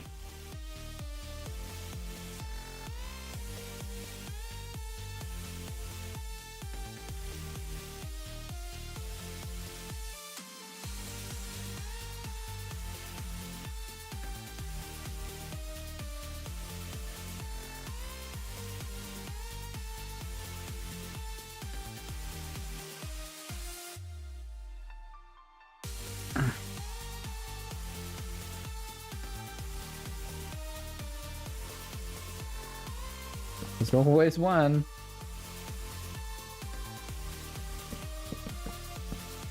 Cool, now I can do this area. It's basically halfway between Palador's trees and Berthorp's trees.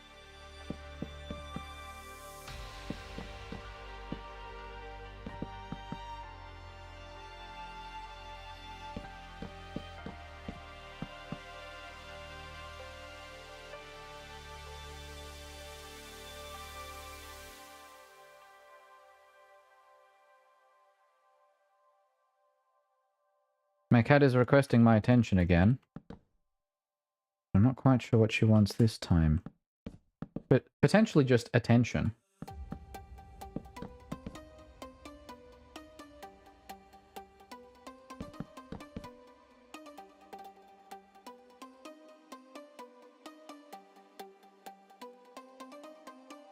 Alright, I guess I'll be right back.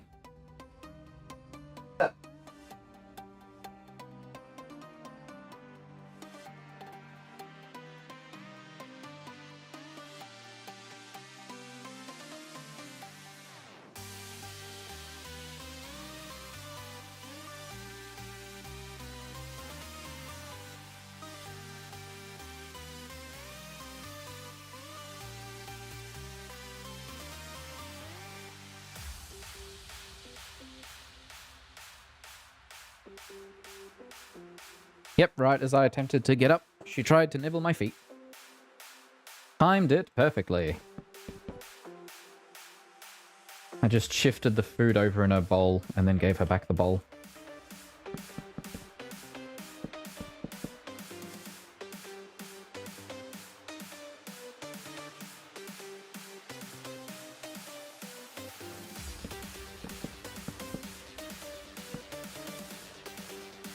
I think I've got all of them here, but I am wrong.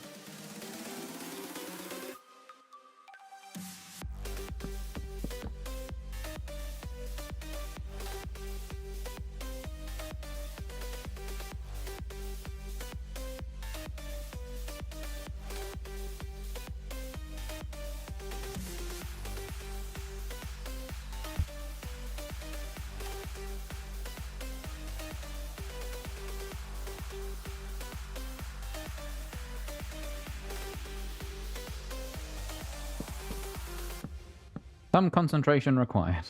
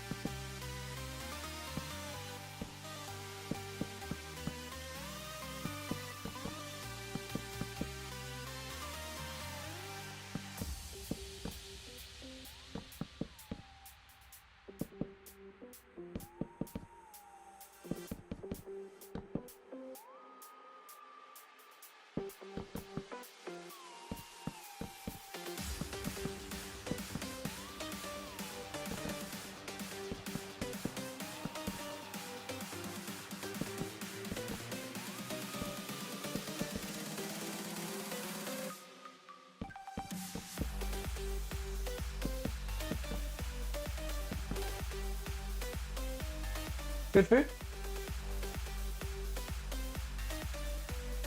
Yep, I think she's happy.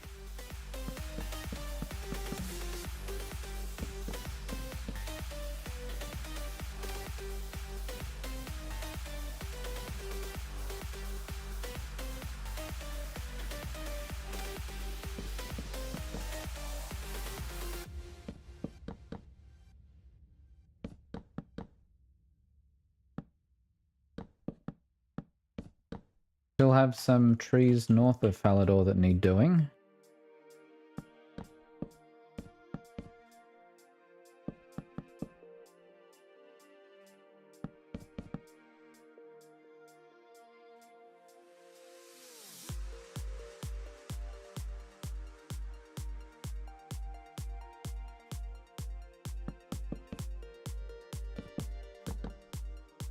I think there are actually quite a few north of Falador.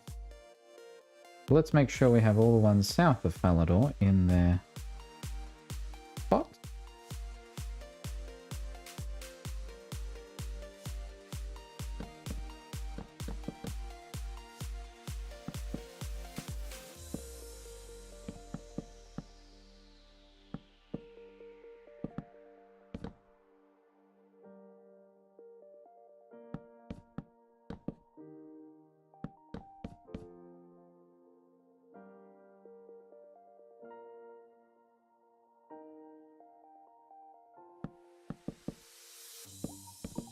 I keep avoiding the footpath, which then results in me missing trees that are on or near the footpath.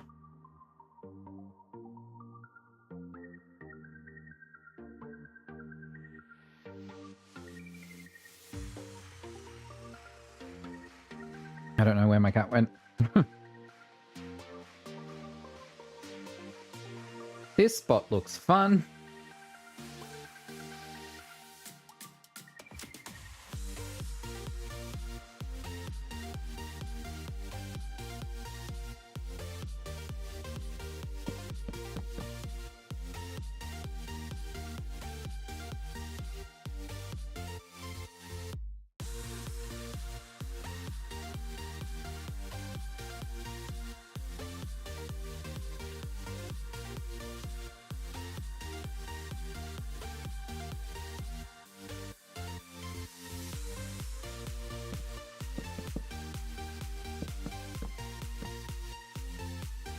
There are always more trees.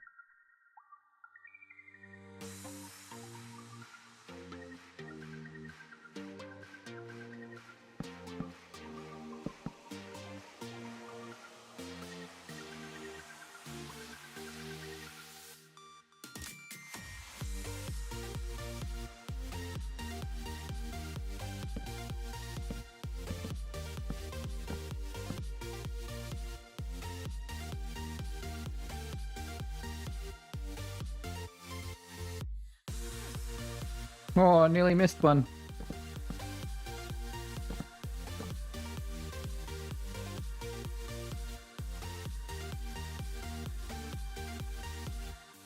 Even if you go over an area multiple times, you might just miss one.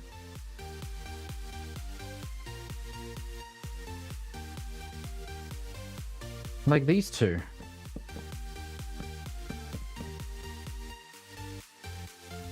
Or these two.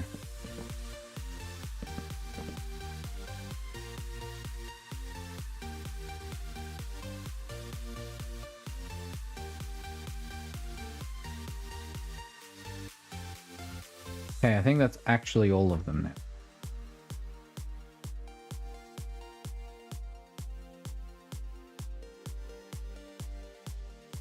That leaves this mess.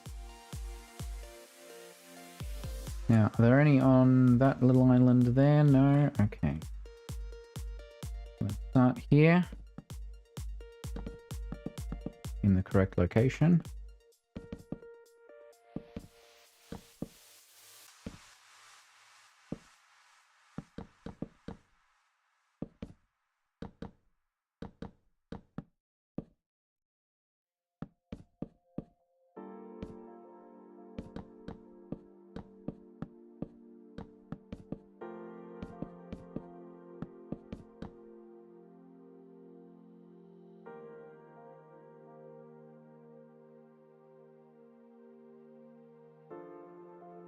This was something that I considered.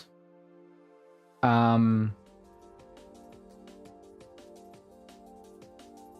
idea I had was, because we now have coordinate mapping, potentially writing something that would, whenever I move in Minecraft, to teleport my RuneScape character to that location programmatically, so that they're always in sync. Now that could get very janky, so I might write something that does it at a push of a button, but that requires coming up with a way of passing information from one client to the other. Now, it could be as simple as writing out a text file, or something as complex as cross-process communication, which is always messy and requires a lot more work. It did cross my mind. I was thinking about it after I got coordinates matched. I was like, now, is there a way for me to do this? I bet there's a Minecraft mod that can output your coordinates.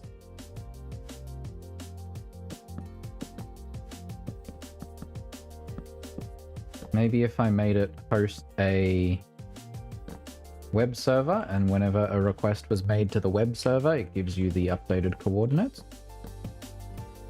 That way I'm not constantly writing to a file and thrashing an SSD in the process.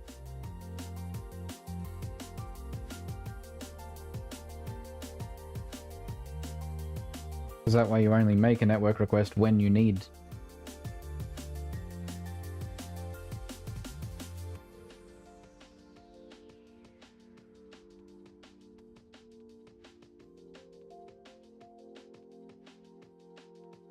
I was wrong, I missed one more tree here.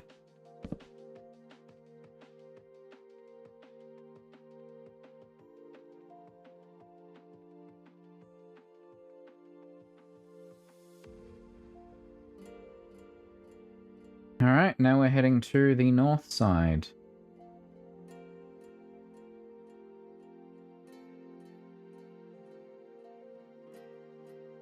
Is that two dead trees that are next to each other? I bet so.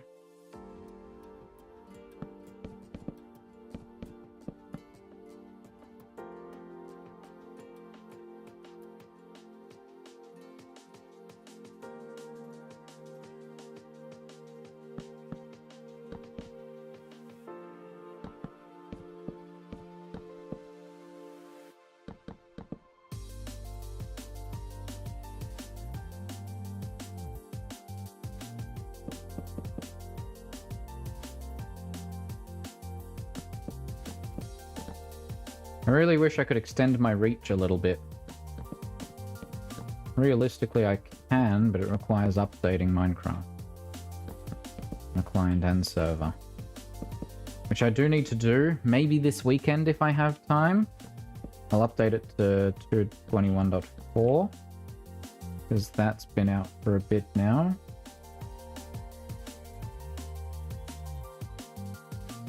And seems stable enough.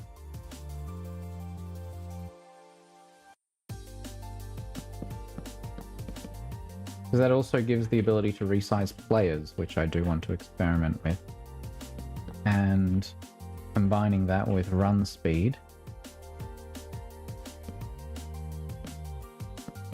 Yes, but DinMap, I mean, getting coordinates out of the game is easy in some way. DinMap,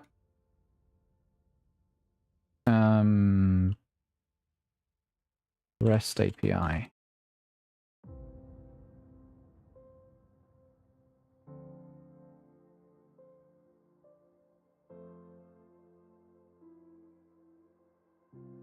Because I assume that it does store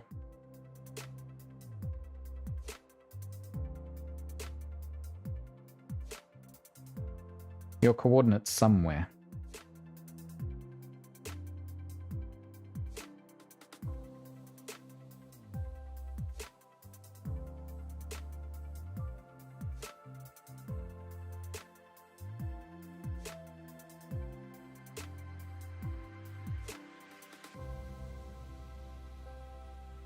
You know what? Let's just pull up DynMap.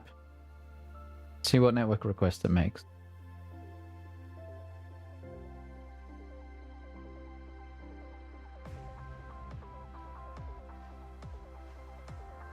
Yeah.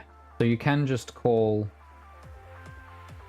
this URL for the world, and it'll give you the list of players and their coordinates. And that request is made automatically every...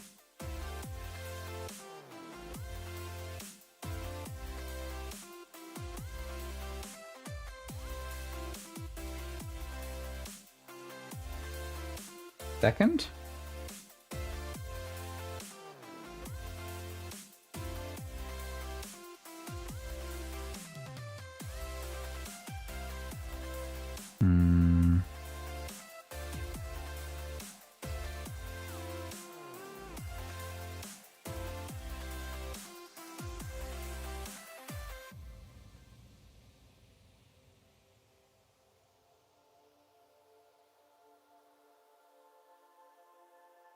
Yeah.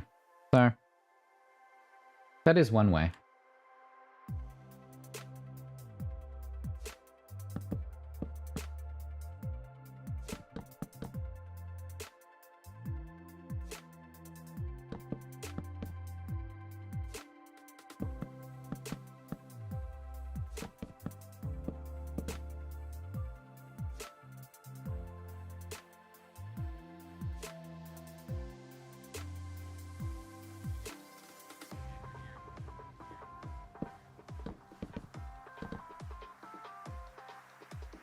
So, there are two options there. The first is actual RuneScape client makes network requests, or that map viewer that I discovered yesterday makes the request. The latter option is significantly easier to do.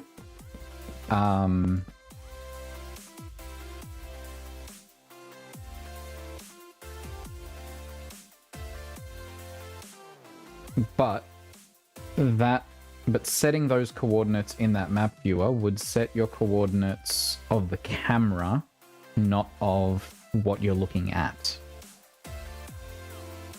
So that would be the downside. Whereas because in RuneScape, when you teleport to coordinates, you're teleporting the player, your camera will be centered on that point.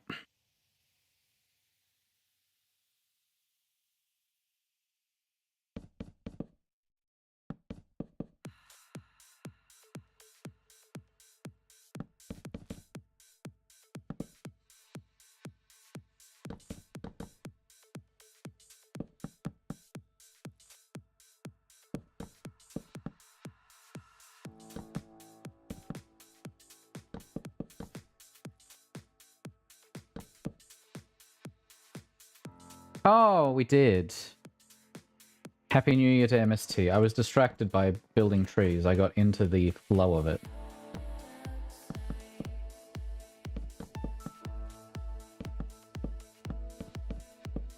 I'll leave the fireworks up. This was a common issue I had last night as well. I just don't look at the clock anymore. Oh, there are some trees here too. I'll do those in a second. Again, those will be visible from free-to-play areas.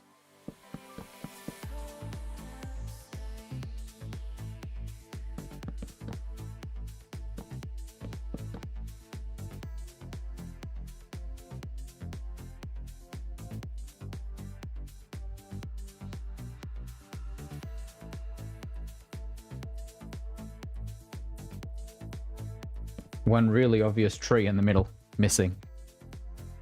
Okay. So that moves us to 32. Which means we have PST next.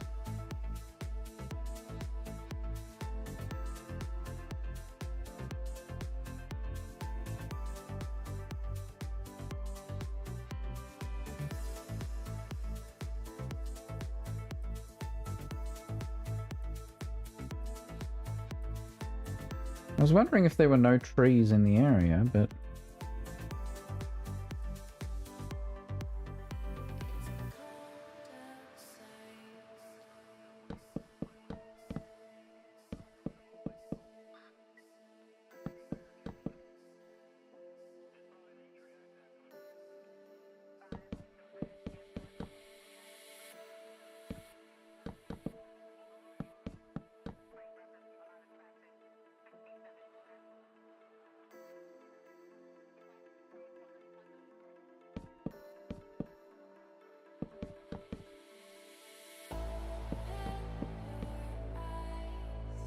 Okay. I need to charge my phone again.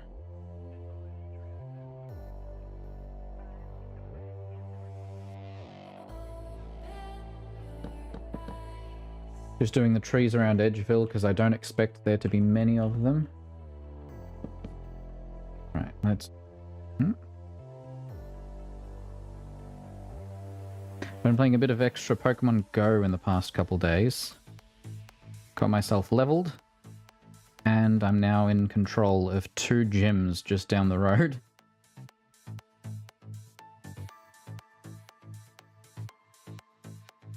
I'm trying to get my friendship up with a couple of friends.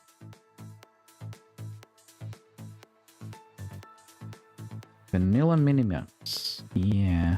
I expect that behaves the same way I expect it does, which is with fonts. Or I should say a resource pack font. That's the only way I can think of doing it. Okay, I say that, but the other option is client-side layer entities. Smooth client-side rotation, position interpolation. Plugin isn't working, doesn't work with Optifine, doesn't work with Bedrock. Uses vanilla shaders.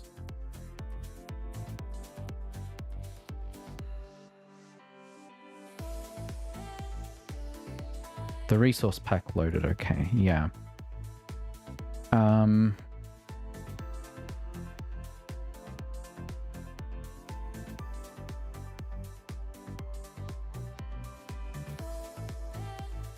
Interesting.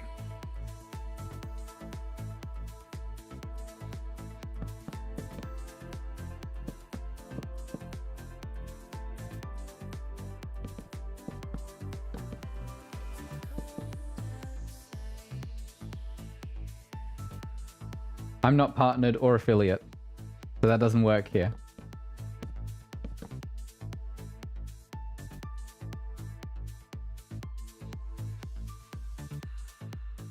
Okay, this was the weird thing that I noticed earlier as well. This point in Edgeville... Oh, that's a lot more trees. Oh no. Check this out.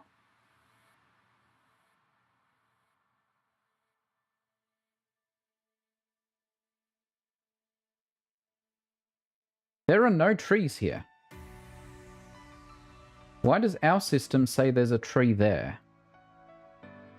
Even if I load this map and we go to Edgeville,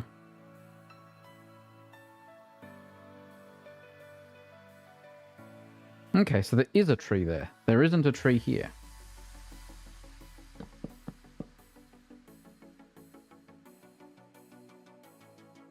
Weird. So yeah, this RuneScape private server client has a deleted tree.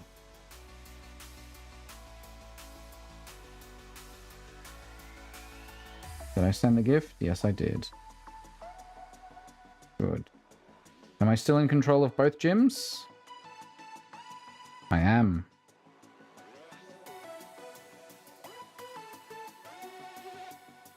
Even my buddy is still alive.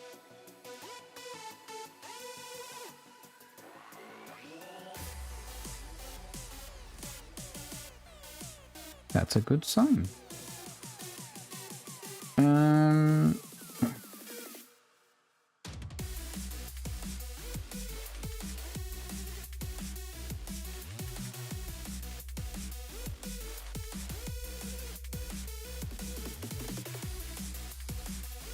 What was the other thing I was going to check?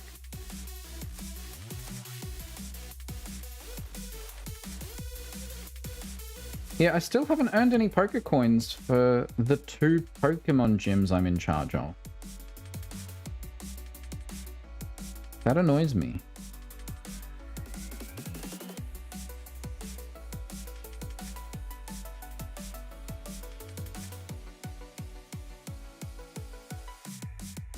Alright.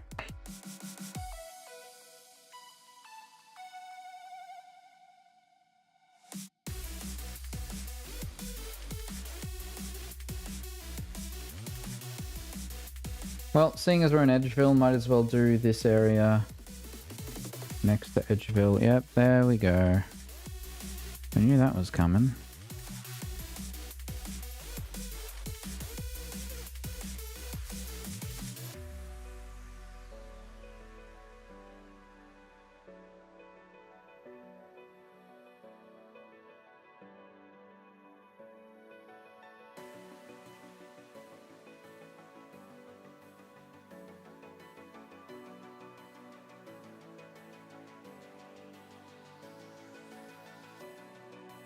At least once a stream we get noise.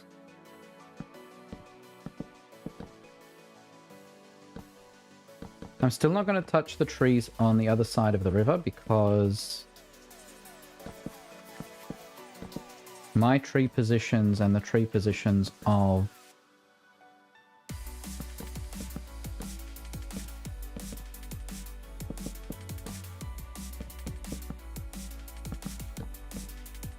the vanilla game are going to be different because of the Grand Exchange, which does not exist in the map file we're using. Oh, here we go.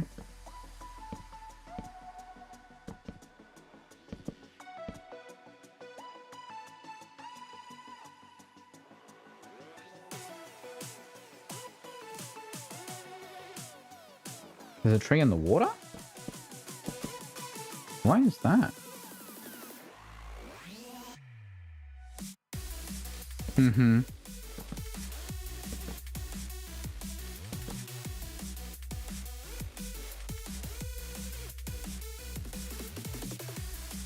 It has been very interesting finding some trees that are perfectly aligned, some trees that are off by one block, and others that are off by half a tile, like diagonally, and then others that are completely off by a whole tile.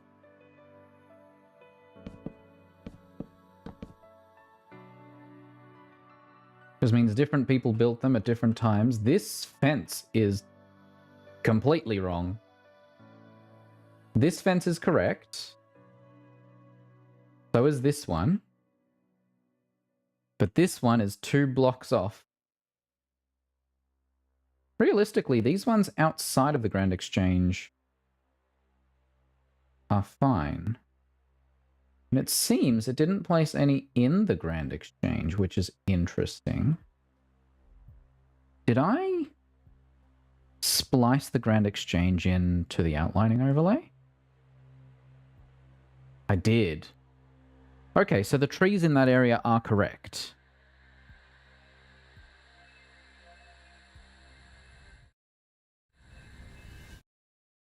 That was weird screeching in that song. I'm going to skip it. Well, then let's add the trees around the Grand Exchange.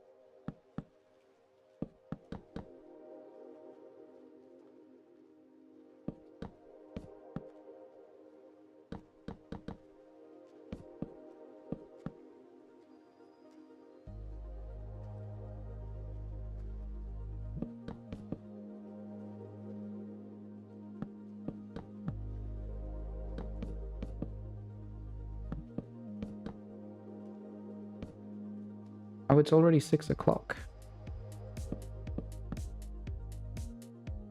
I'm debating whether I snack on something or wait until I actually eat something proper.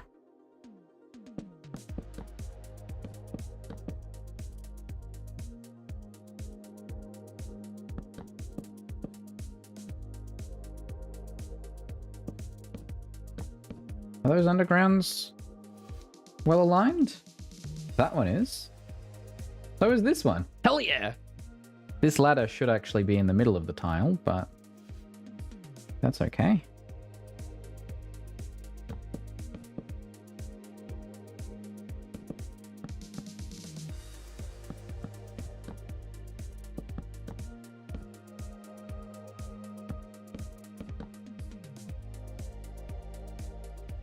Alright, that's the trees within the Grand Exchange.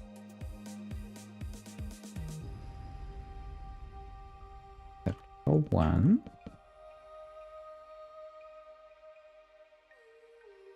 None directly north. And then a few here.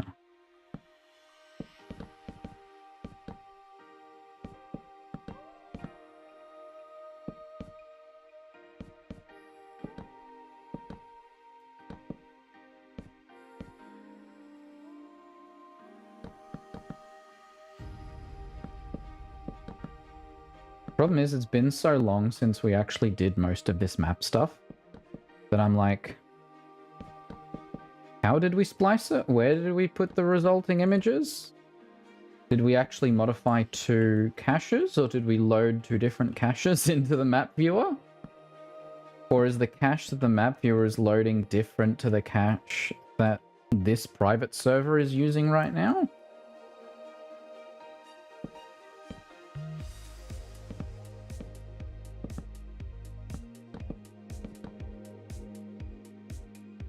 I don't remember any of these details.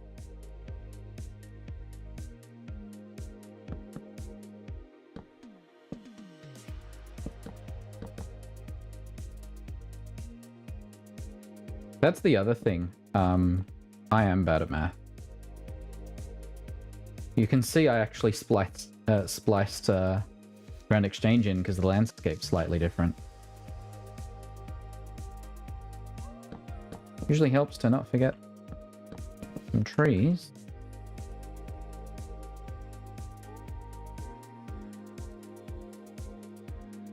My intent was always to fix up the landscape by hand later, which we're going to have to do for every single coastline anyway.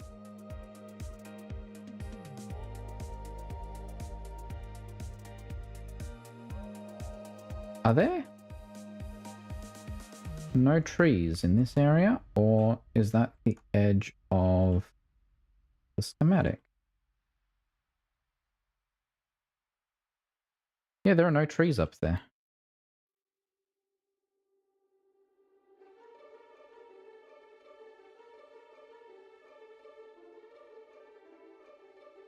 Let's do those trees that were on that island.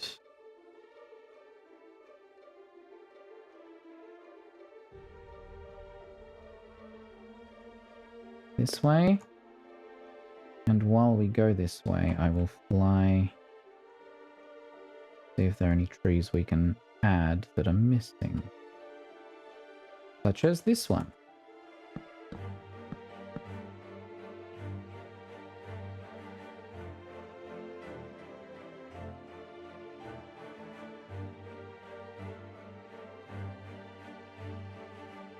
So hang on, where am I exactly? Top left of Falador. Ah, this spot. So this island, for example, is actually supposed to connect.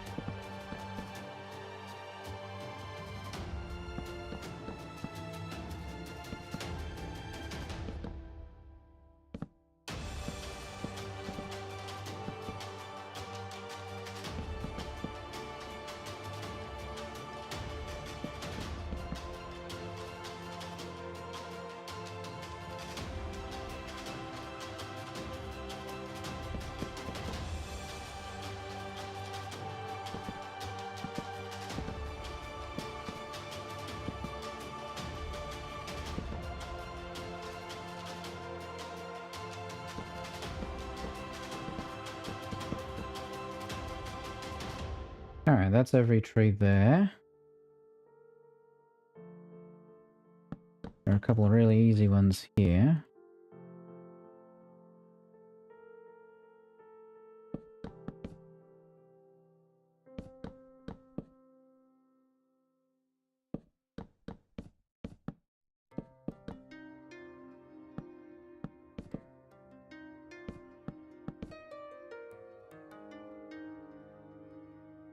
Couple on the coast that you're definitely going to be able to see. That we don't need to.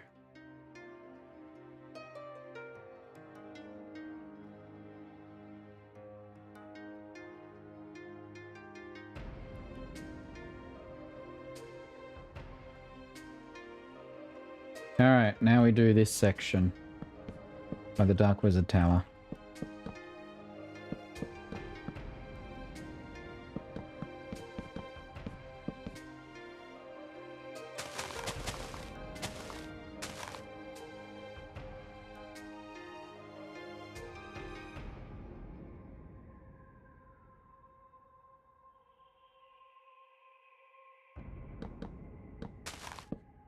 There is one downside to the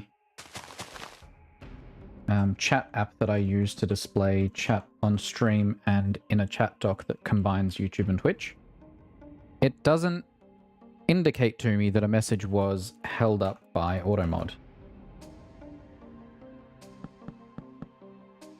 I only find that out when I look over at the Twitch chat specifically.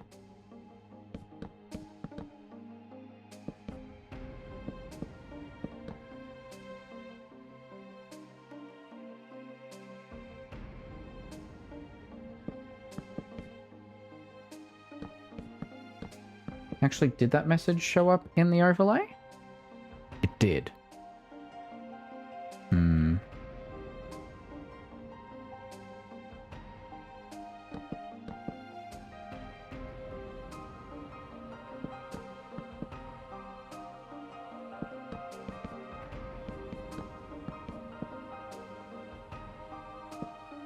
Okay, usually if something's held up by automod, it's a good reason. Sometimes it's not, but usually. With how small my channel is.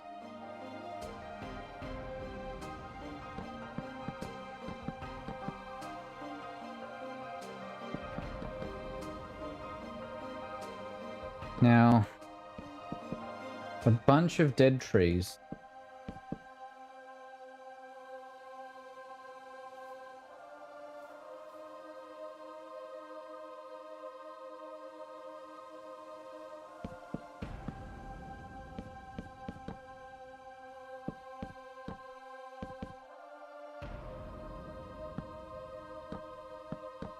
I'm going slightly blind.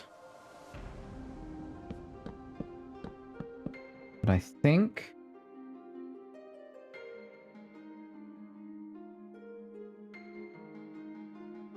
I've got most of them. There are a couple I'm a little... Let's just teleport here.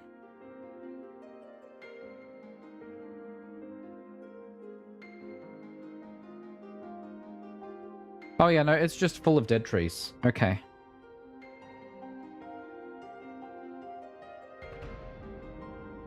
I'll definitely have to revisit, because there's definitely...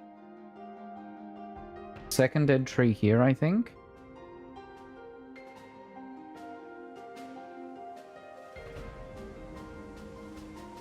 I'm not going to bother with that.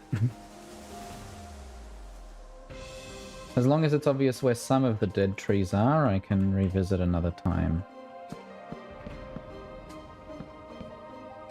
Like there. I think that's 2 dead trees side by side.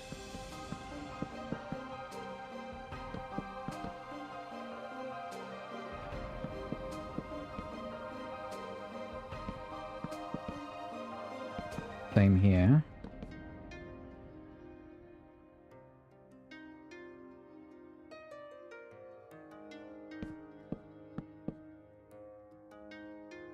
Half an hour. I'll be honest, time is going slower than I feel.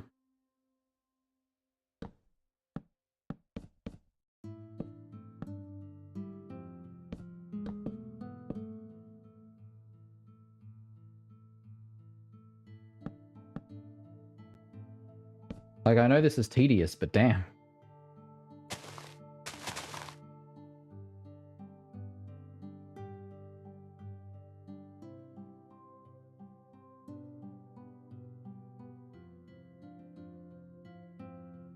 Yeah, that's my 6:30 Microsoft Rewards reminder.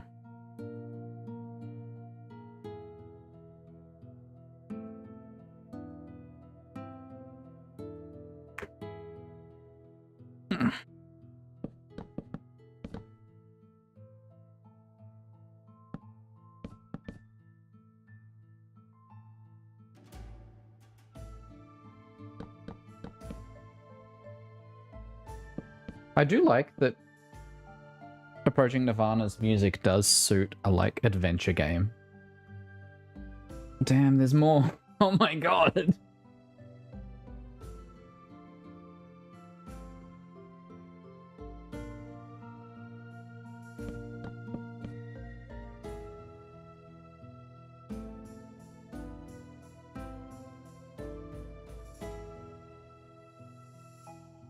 Just making sure I haven't missed any before I continue on.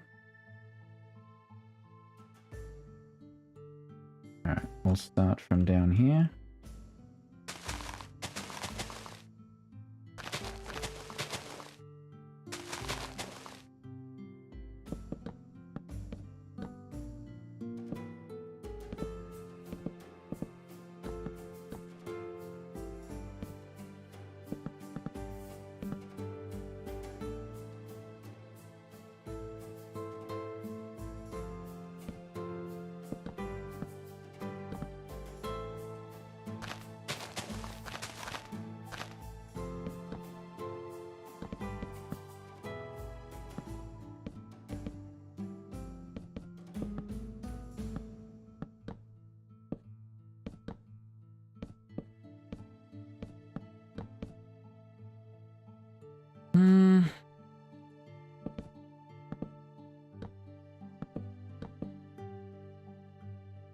Yep. Alright.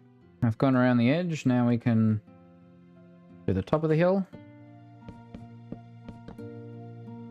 More difficult because it's not built for that.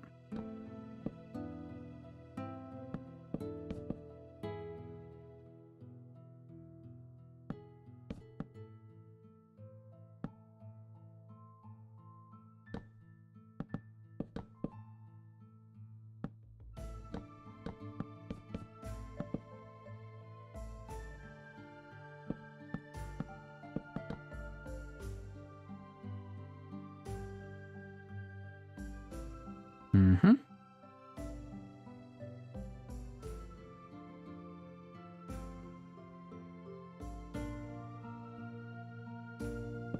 Then this one, and we can go to this back.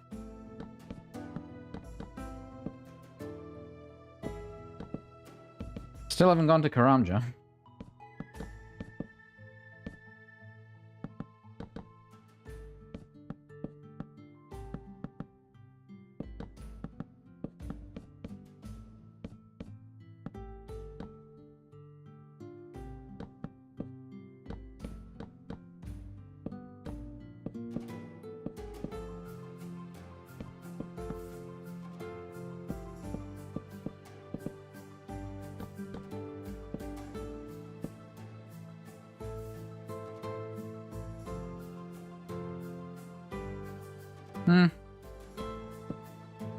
I mean, even if we did extract a text list in some way,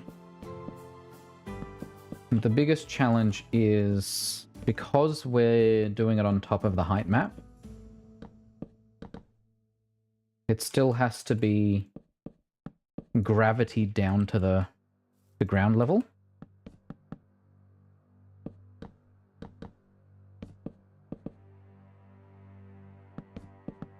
And like, yeah, you can technically do that with like a sand block, right?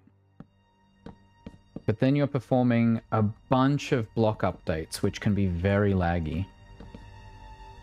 And very inefficient. And then once the sand is down there, then you can convert it. That's how I did like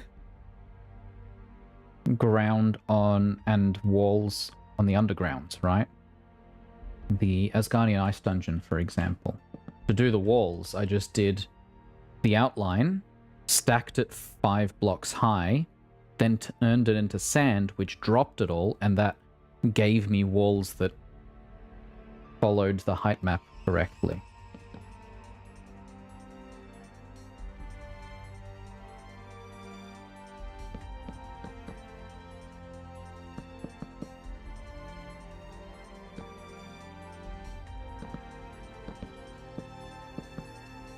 So there are ways, it's just unpleasant because of the way Minecraft does things.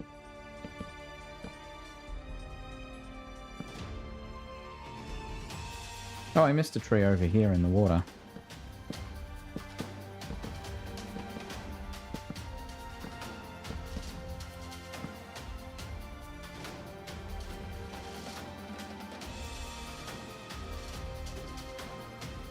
It's not really how it works. Technically, you could write an algorithm that you start at a point and programmatically check every block above, but now you're checking a large amount of locations.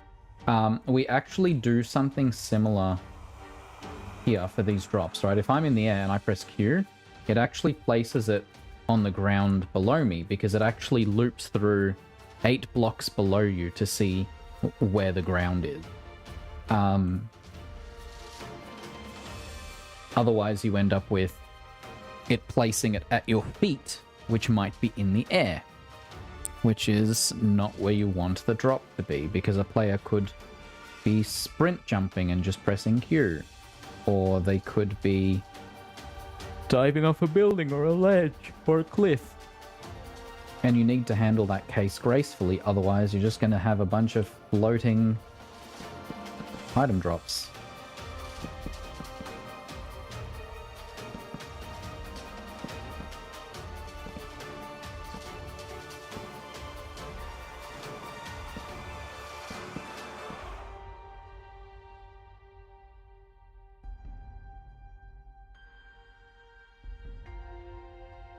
Because think about how big the map is and how many tree blocks you're going to place down.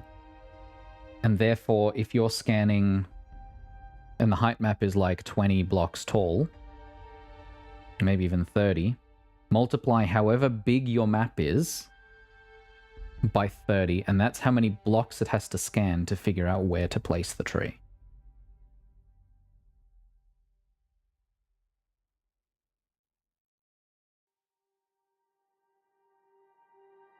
Which, for reference, our map is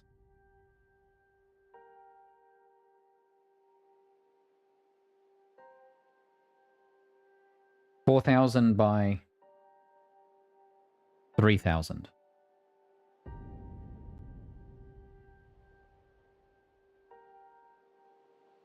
So that alone is 12 million blocks. And say you're checking at a height of 30. So now you're checking 360 million blocks.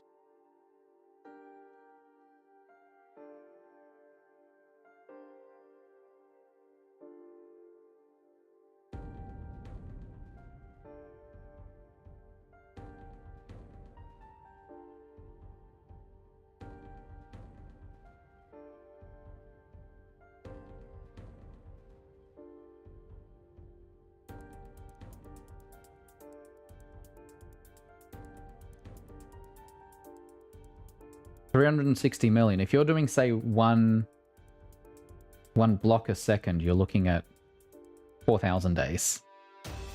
So maybe you halve that to 180 million.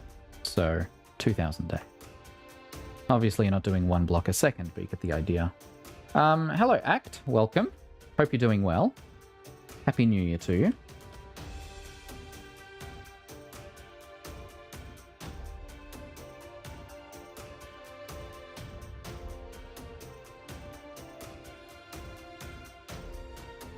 Just fly through Falador.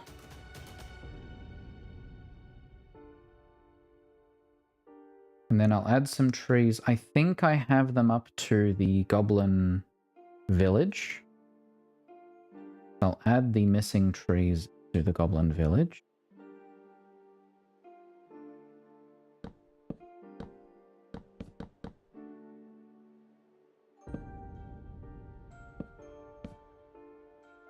Oh, that's unfortunate. Well, I hope your day gets better.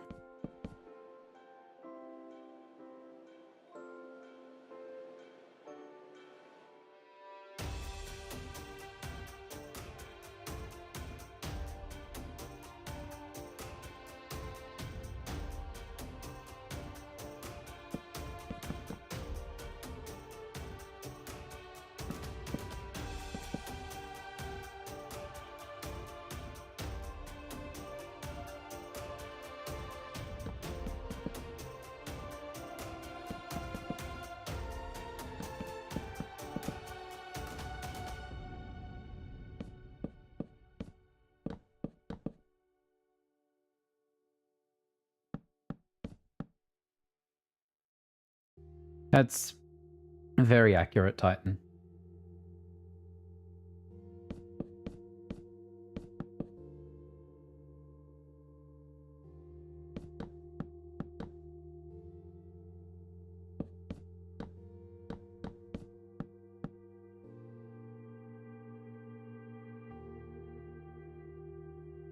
Oh, Root, I didn't send you the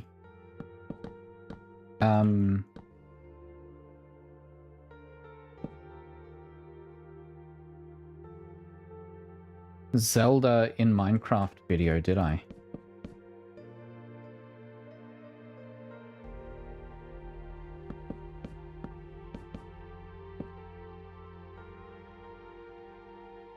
Yeah, streams are always a nice way to relax and think of something else. Do you have much RuneScape experience?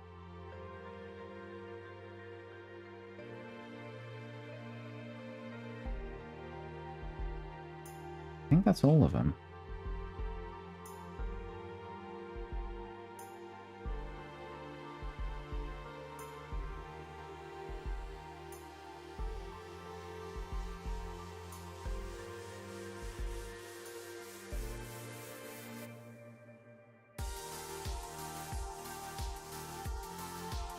Really?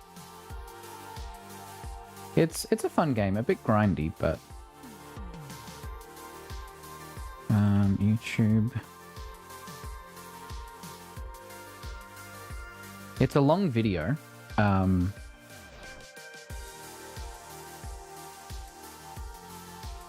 But he also used a height map for his initial world. He didn't really build to scale like we did.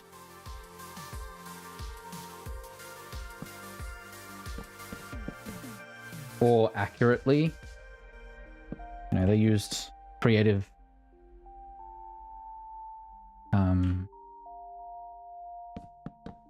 what's the word? They made it their own, basically. I have not played most of the Fallout games. I think I've touched a couple of them. But I generally haven't played them. I struggle with open world games like that. I've started a bunch of open world games and just never touched them again. I play them for like 1 or 2 sessions and then I'm like, okay, I'm done. I'd like to revisit a bunch of them, including some of the Fallout games.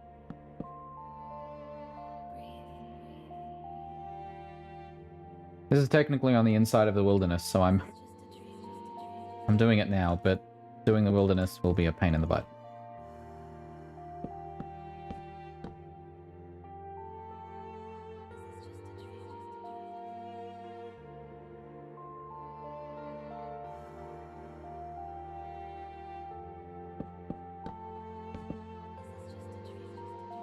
No, I'm not into gore the way Doom trays it. It's too much for me.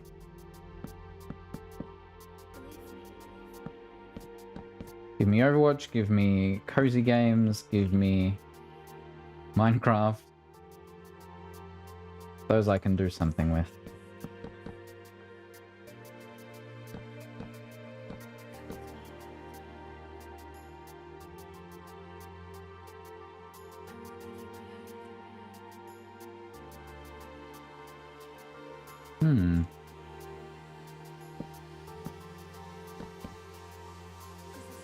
Alright, I think that's all the trees up here.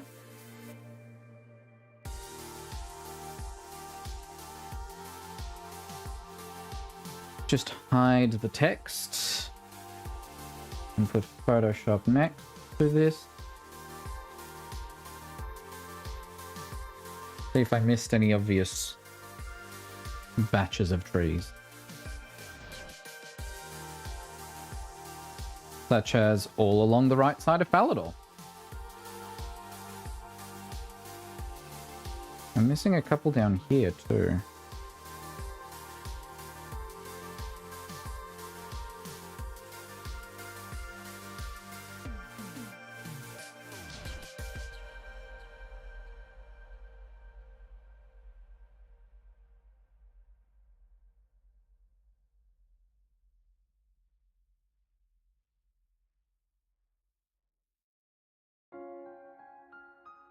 Hmm. Yeah, Minecraft is timeless.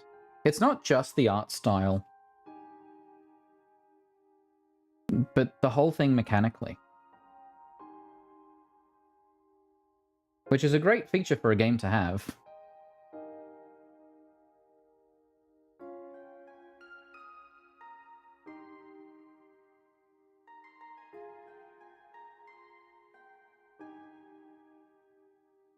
Yeah, down here I think I've got most of the trees. I'm missing one right here. And it looks like I started this part of the path. And then just didn't continue up this way. So let's go to Falador. Not Falador, Barrock.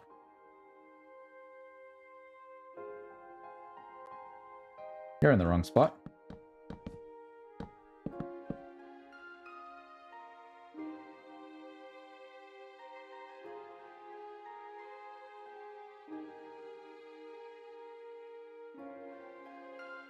Okay, we did this section. That means we can do this tree. This one.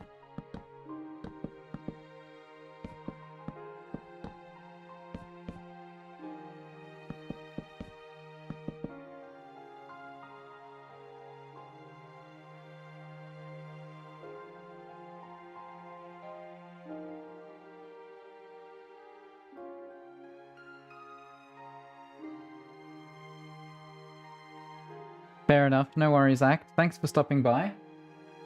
I appreciate it, and as I said, I hope your day gets better.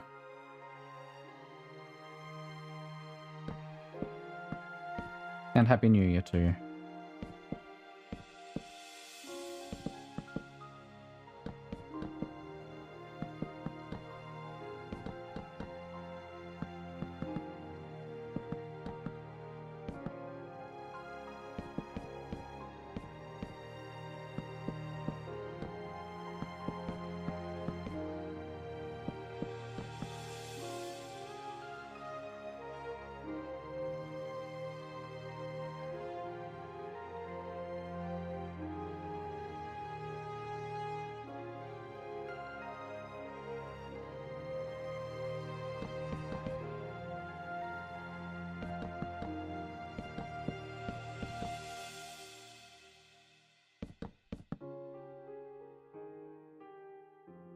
I know this area is going to suck. What's this supposed to be?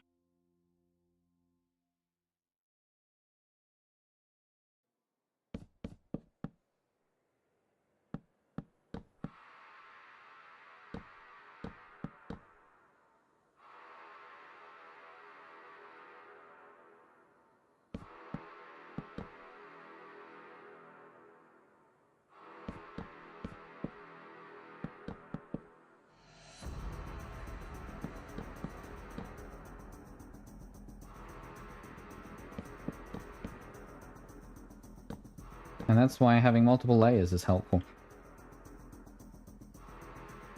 Okay.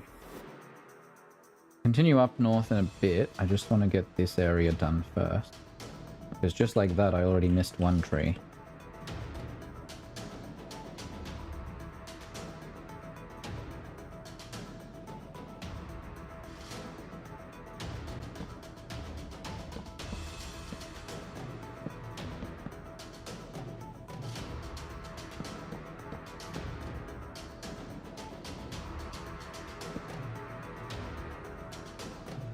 $10.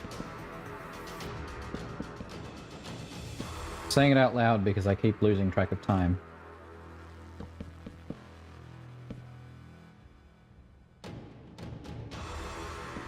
Approaching 7, and I'm not particularly hungry yet, which is helpful.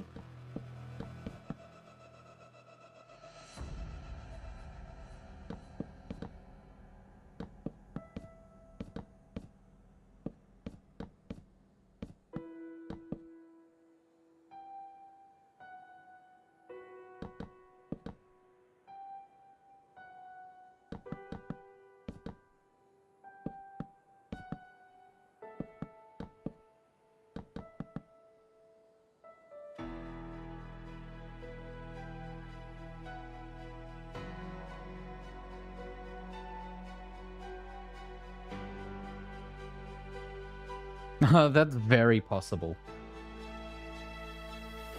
But now we have so many more additional tools.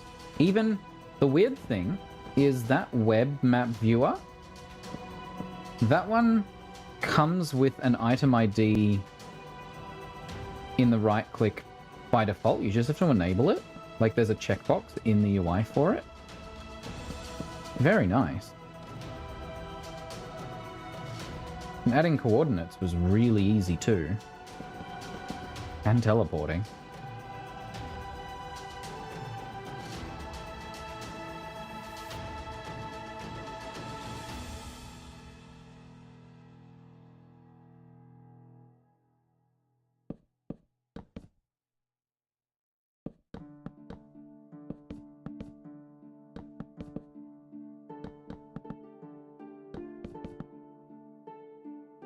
Yeah.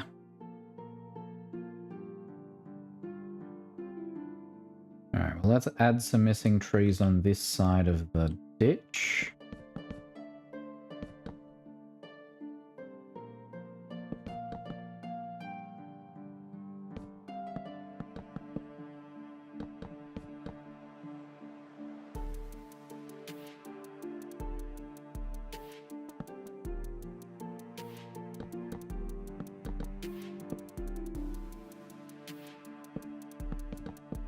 The only challenge there, Root, is going to be teleporting to a bunch of areas to make sure that we got every tree. Which, to be fair, we did pretty well. I don't remember if it was item IDs that we used or just tree yes or no. I don't remember if that information was available to us in the map viewer.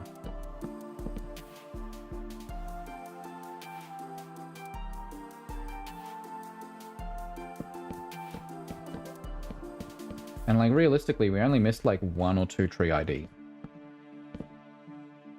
Then we just need to differentiate by color. The only one I'm not sure about is the dead trees and the giant trees, because they show up much larger on the tile grid because of their size. And I don't know if we can differentiate the like actual placement location. Oh. It's just a really big tree? Must be.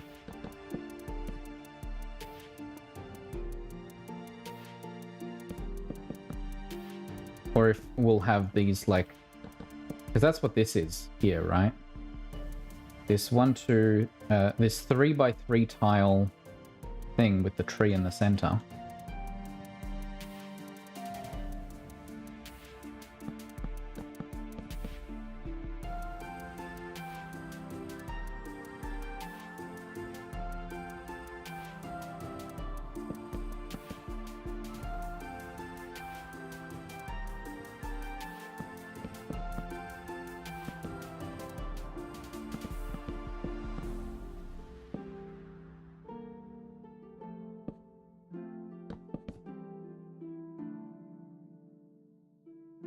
I assume you're typing all of that from your phone, which if you are, you're crazy. I think most of the time you've responded to me lately has been from your phone.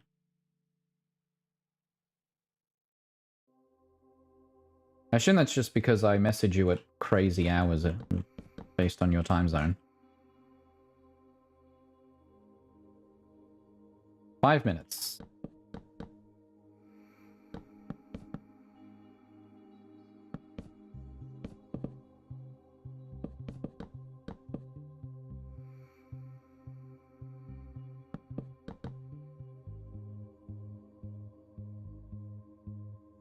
Alright, let's put some missing trees in here. And that might end up being the final task outside of making sure I didn't miss anything.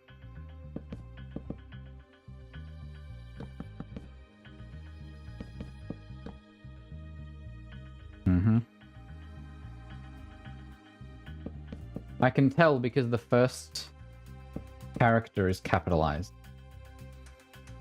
I hate typing on phones, especially touchscreens. I've tried to use speech to text a couple times lately, and it's okay, but it makes just as many typos. as my fingers do. So I usually wait until I'm at a computer so that I can just write out my message.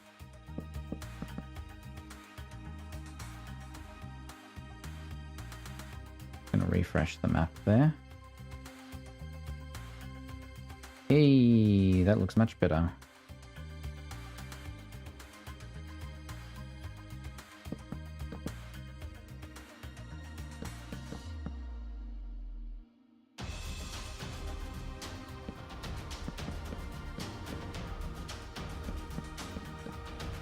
You can see the individual tiles refreshing on the left side there as DinMap catches up.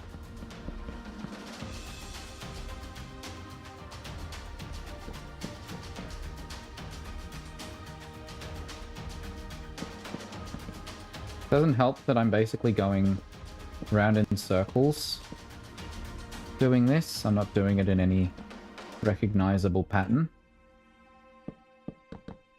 Because I'm often missing really obvious trees.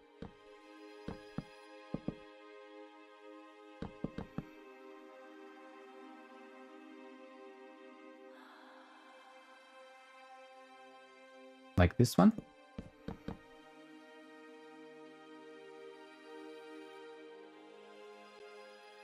Or this one.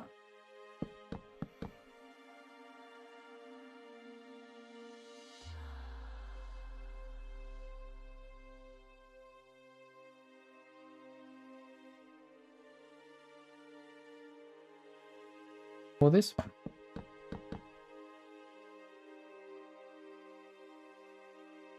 Swipe to text I prefer because I make slightly fewer mistakes, but it's still pretty bad. What I don't get is it used to be better, and I don't know if my fingers are just less accurate now.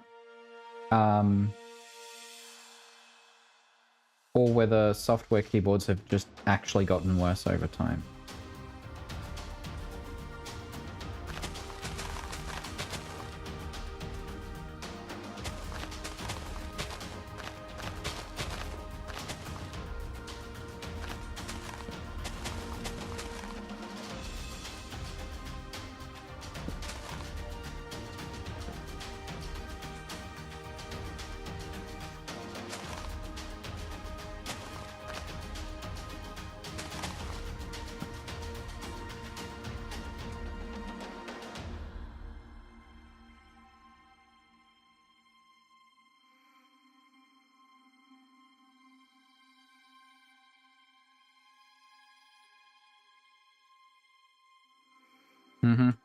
I agree.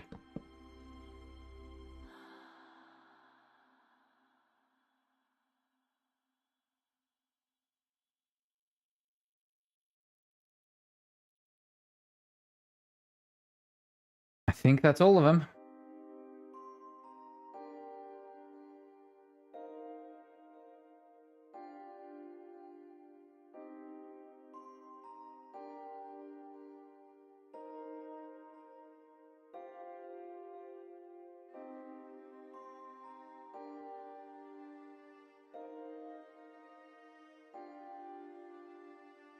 There are a couple in here I haven't done. Didn't touch our parrot.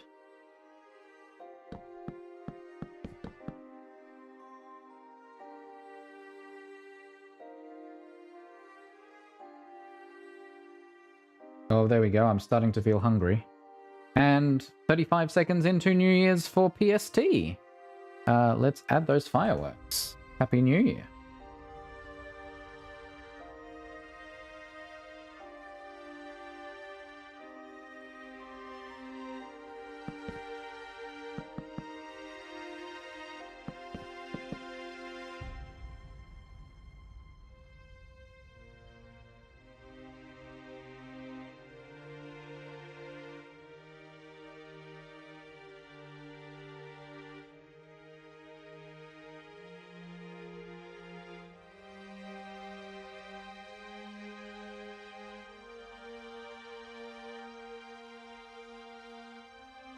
Oh god.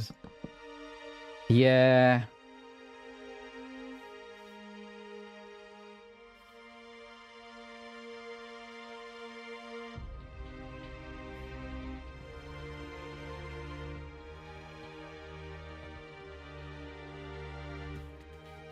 That sounds about right for autocorrect.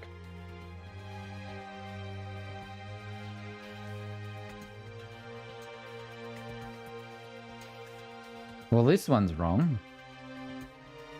The building might be off by one. Oh, there you go! Building may not be 100% on the world grid, please confirm.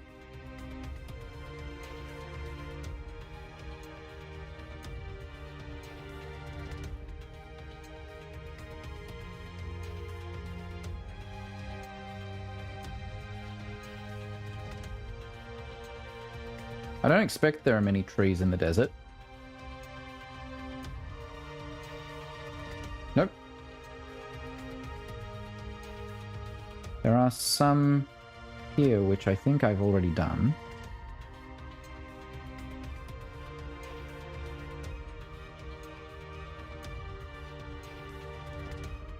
Yep.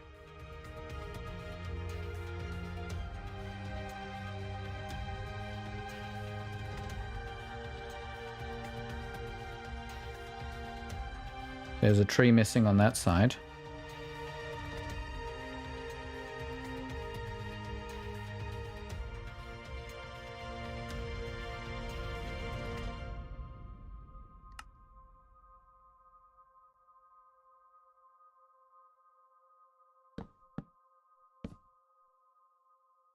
Alright, let's update the overlay. What does that leave us with?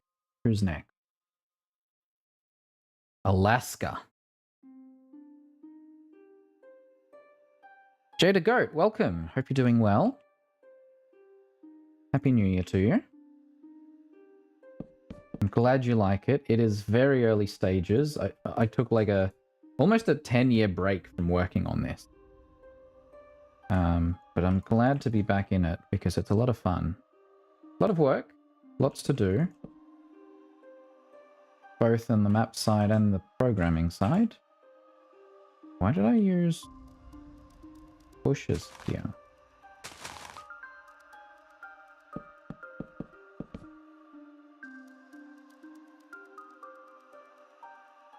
I see.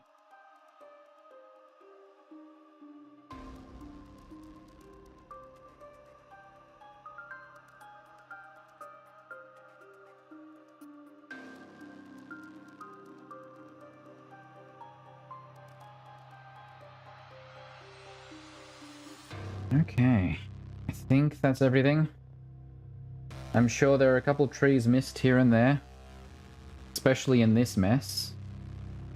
And I still haven't touched Karamja. Karamja. Oh! Whoa! I'm in 474, what do you mean?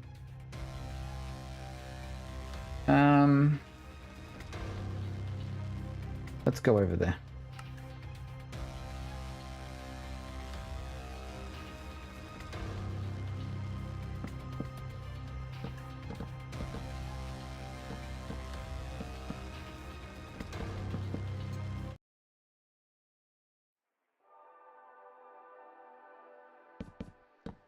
Okay, I'm already confused.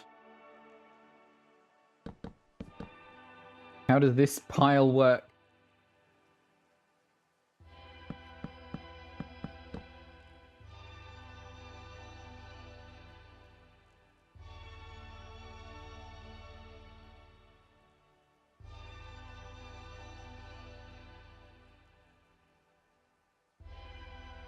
Yep, it's just a pile of trees. Oh.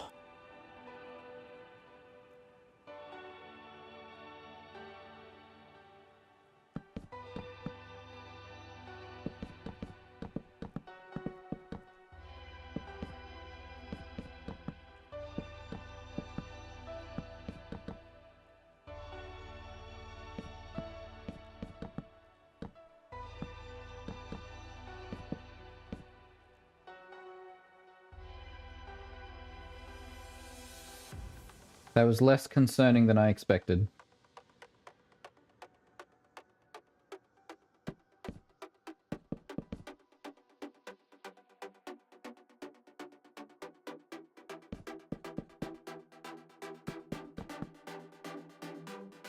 Oh, we can get rid of the fireworks.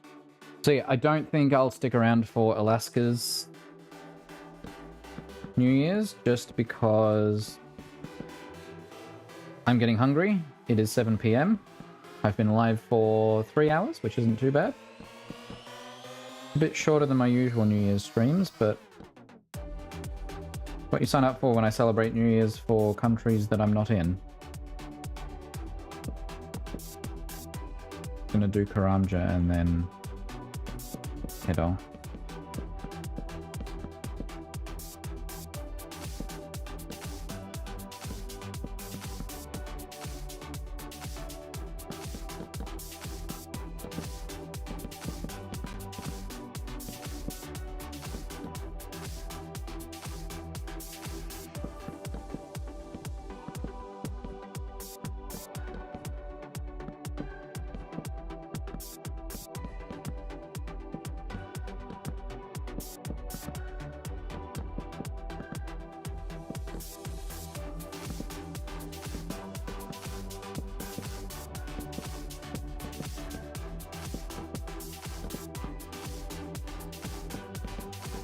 Most of Karamja's on the same height, so I could use auto place, but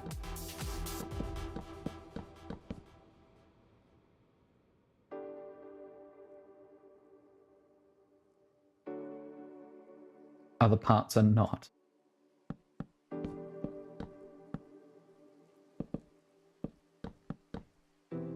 I think Karamja will be the last one I work on today. Then I can take a picture of the dynamic map, throw it into Photoshop, see which blocks I missed.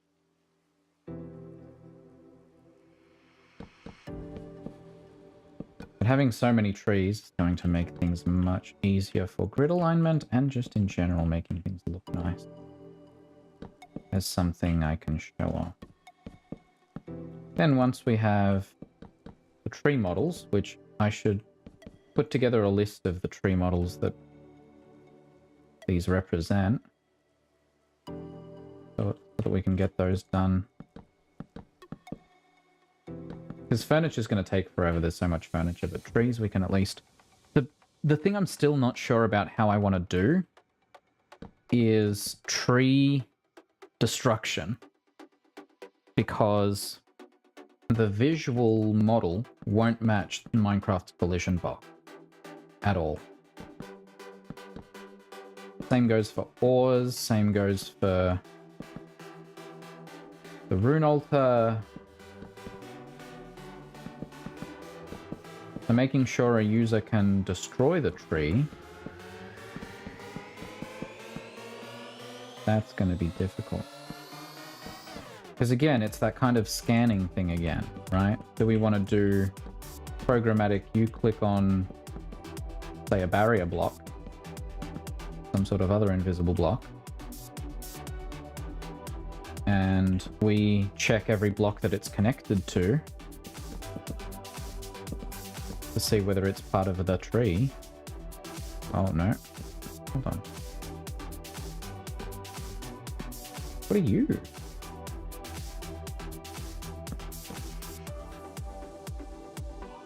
Why is there crying obsidian here? What is this supposed to be?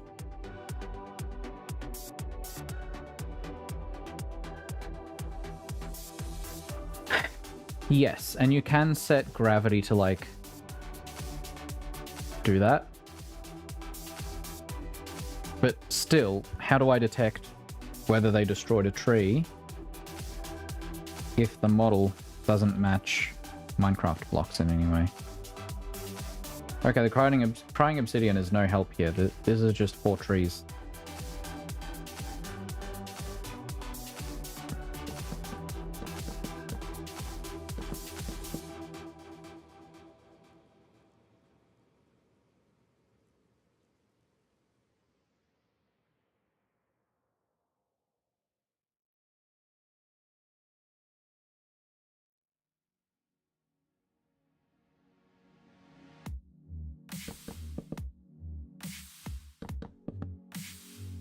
I mean, to be fair, keep in mind, RuneScape doesn't even have an animation for that. the top half of the tree just disappears and is laying on the floor. So we don't have to animate it.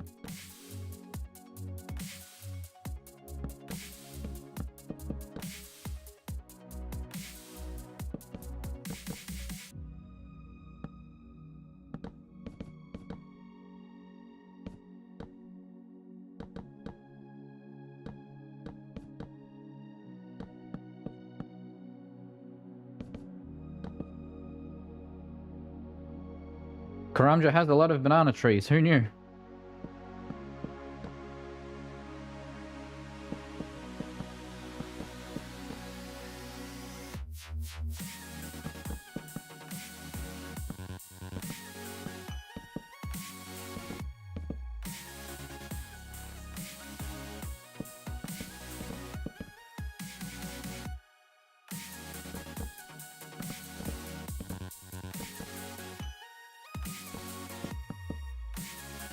Whew.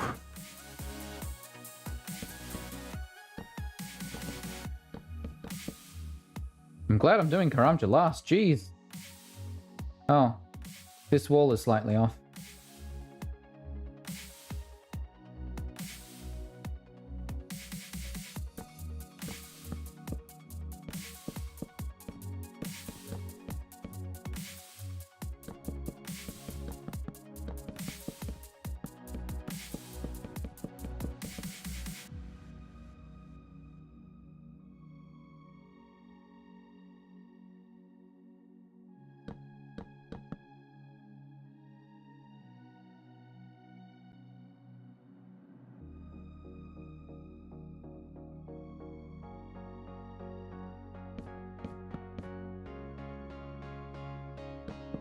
Too bad you can't do custom collision shapes. Could do entities.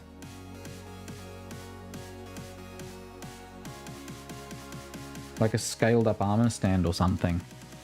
That when you hit the armor stand. The thing is, in my testing, that feels very janky. I'd much rather you have actual blocks to hit with particle effect.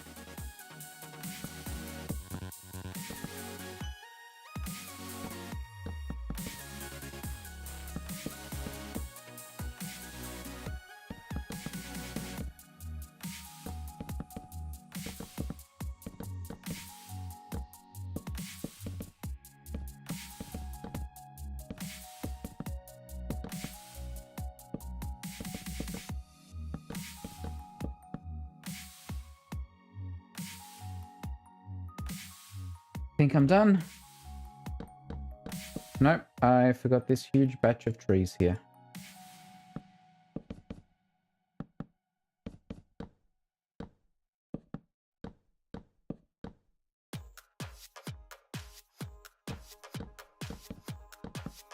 Getting there.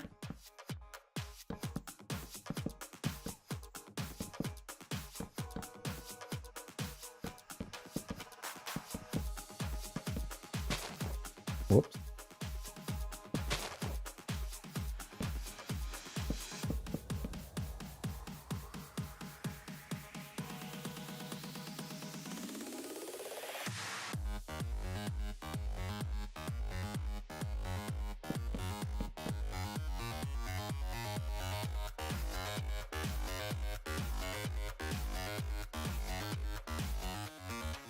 I don't actually know how much of Karamja is accessible free to play. This goes all the way around.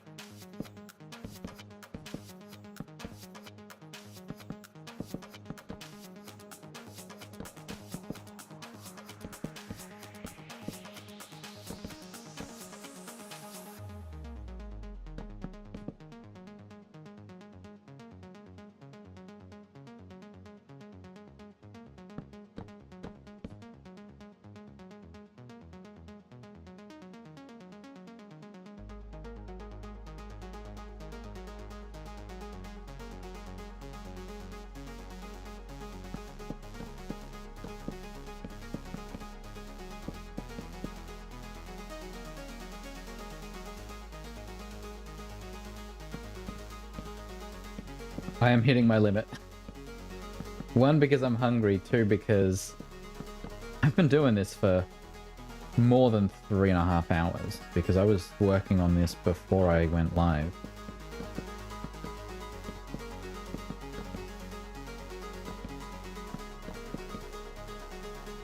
But with it done, things are going to look so good.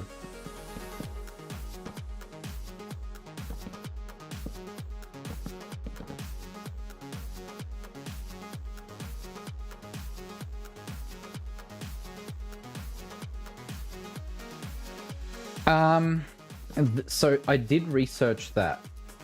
Not really. Hang on. I can literally...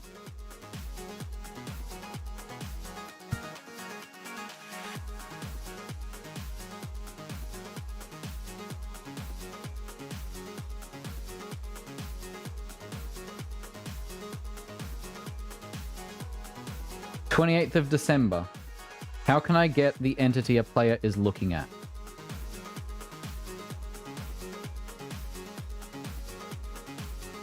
And basically what I learned, you loop through nearby entities in a certain radius. You get the player's eye location. You get the direction, and if the dot is larger than 0.99D, then you get the entity. So you can, but it's very inefficient.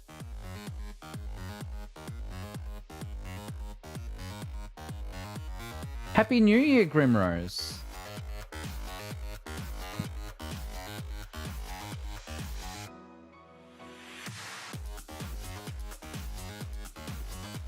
That's why I'm curious how Minecraft does hit detection. Because whatever it does to determine that you are looking at and therefore hit an entity, or you interacted with an entity, that logic occurs deep within Minecraft itself, and Bucket doesn't have access to that API. Yes, Grimrose. I revisited it this year because it's been a while, and I stopped working on it primarily to focus on work and to avoid burnout. But I actually think, because keeping in mind, the scope of this project is insane. But I actually think working on this will help alleviate my day job burnout. So I'm working on this again. Today's task has been placing every tree in every free-to-play zone.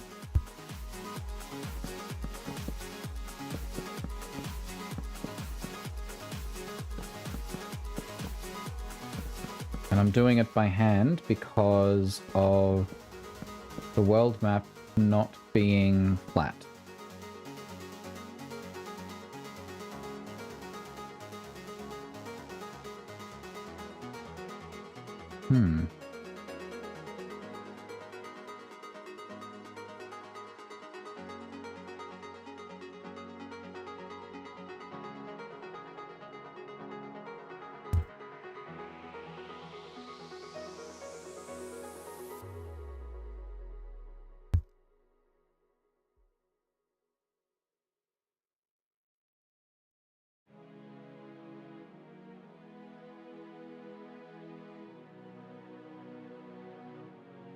Facing entity.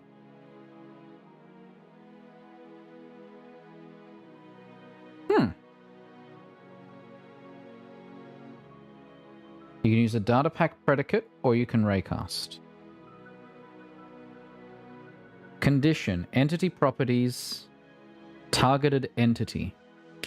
You can then use it by executing as the player and using execute if predicate.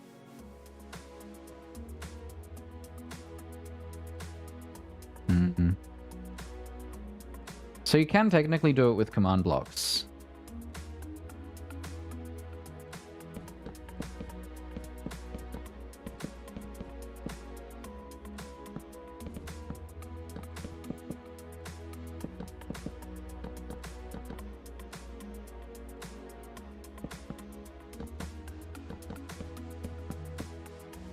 Or a data pack, which basically uses command blocks behind the scene. It uses the same internal system.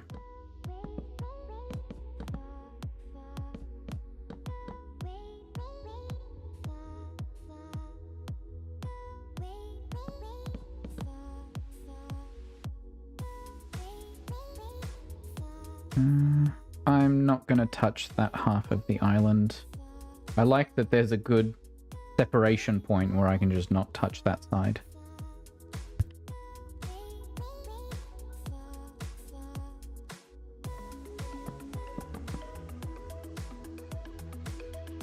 Now to go through and make sure I didn't miss any, such as this batch here.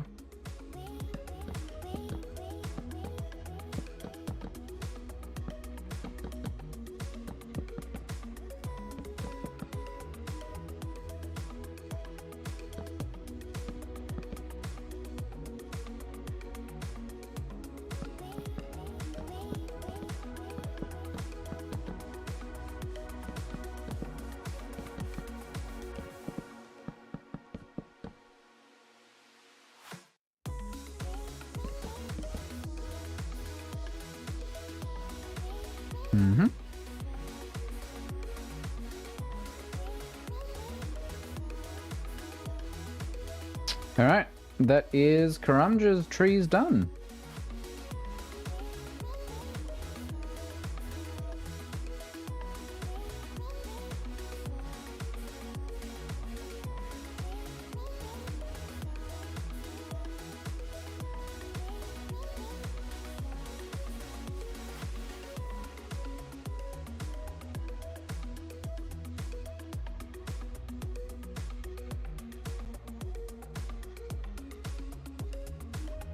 Why?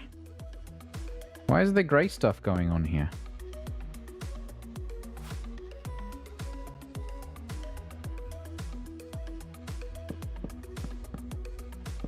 I mean, I see I missed a tree, but...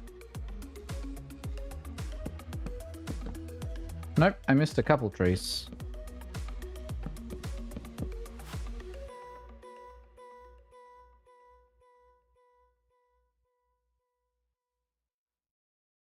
Why does it look like that?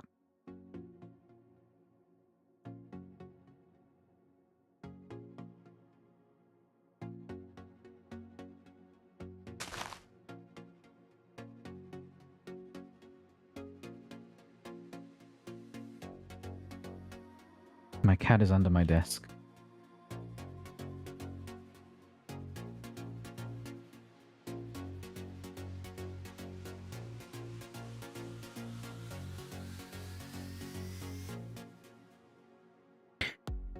All right. Now the trees on Karamja are done.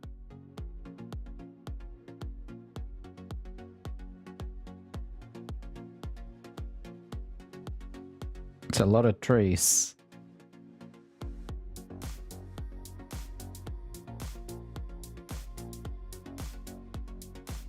I'm sure there are batches where I've missed a couple trees.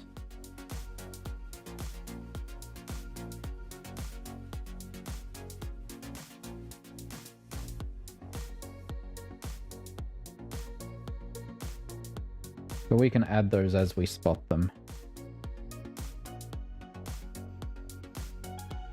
Because this method is not human-proof.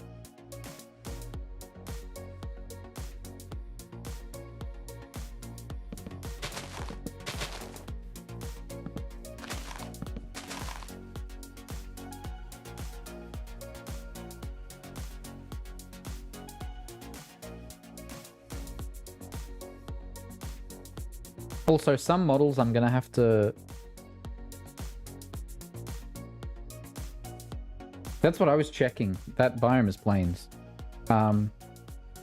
Sounds like this one I'm gonna have to modify by hand to like flatten it to avoid like complexity, because even this resolution feels a bit much for it.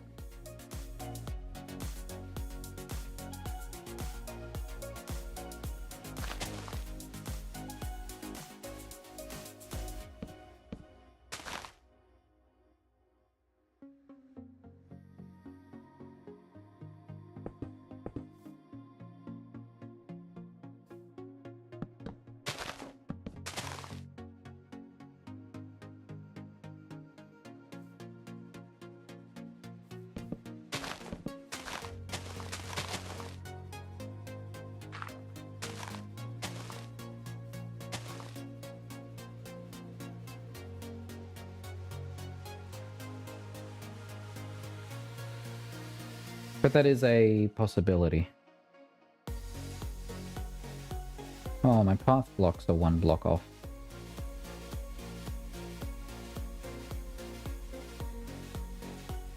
Worth fixing later.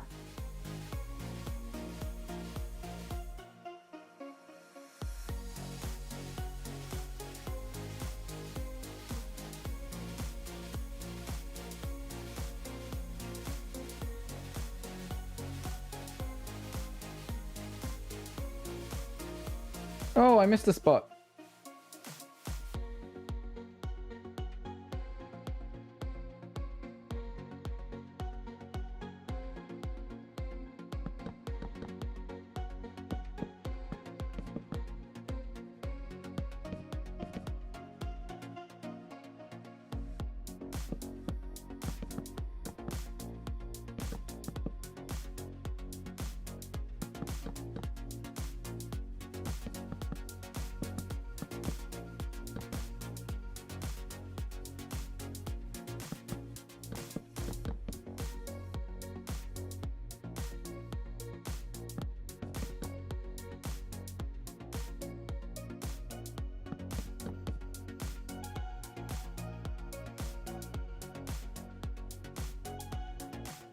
Dead trees. 1 here. 1 here. 1 here. Potentially 1 in between them.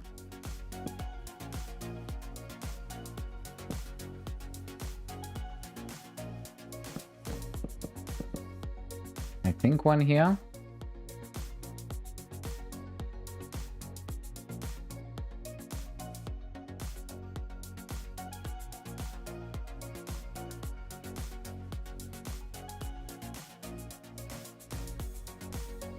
Big tree at the top of the mountain.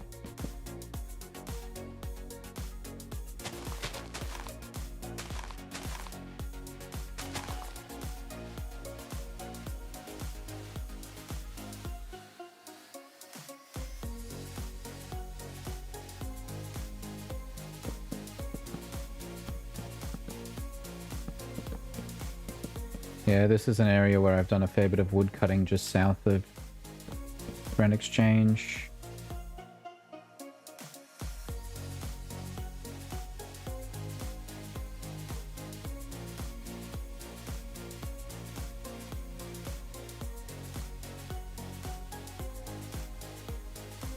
There we go. Now we're done. Correct. Wait, really? All right. Do you know how long a server tick is in RuneScape?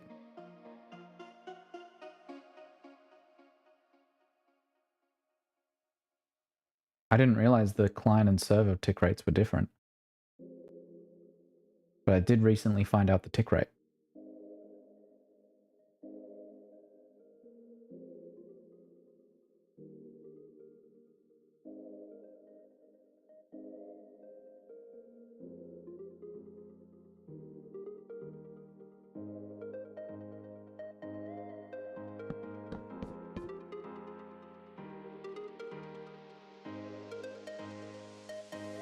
I assume as part of those stats you actually saw what the tick rate is.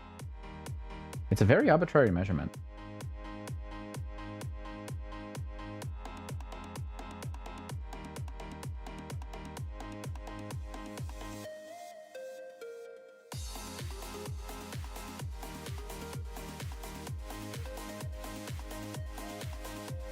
Yes.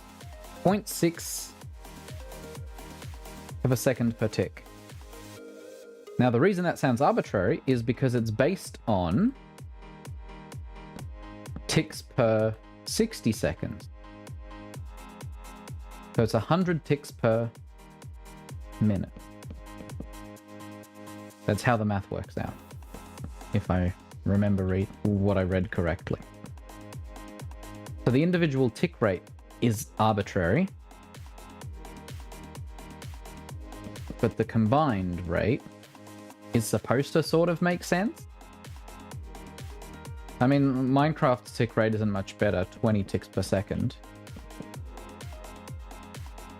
But at least you can do a lot in a second. In RuneScape, you can do something almost every half a second.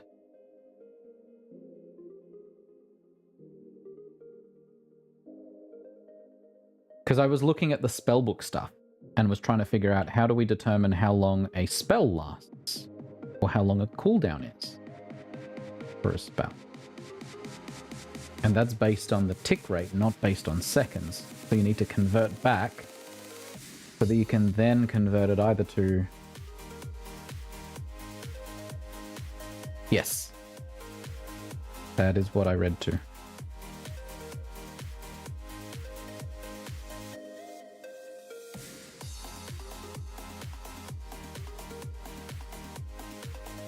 Alright. I'm not seeing any more missing trees. I'm seeing a lot of missing fences. And Drain of Mana needs trees. Like, there's definitely a dead tree here. Another one here. Another one here. And here. And there might be some mixed in here.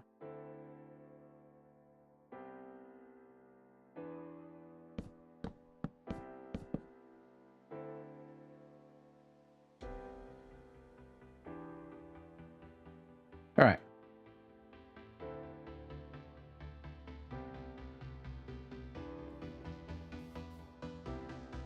Let's run through.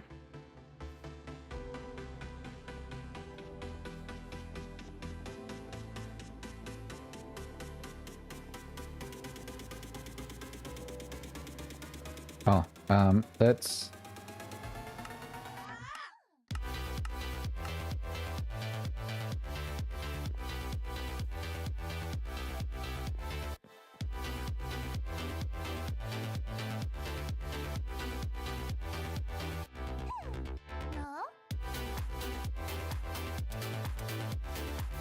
Barbarian still doesn't have trees, which is a bit weird for me. That's some trees, all right.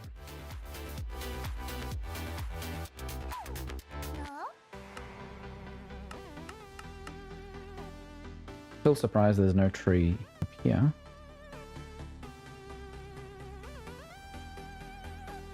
Oh, missed 3 trees right here.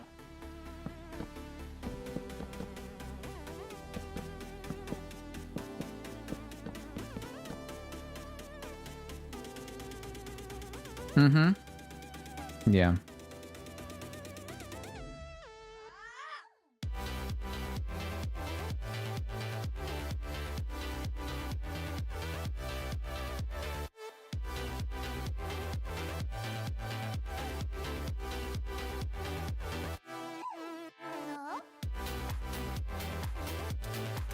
I believe this grid is also off by 1. Yep.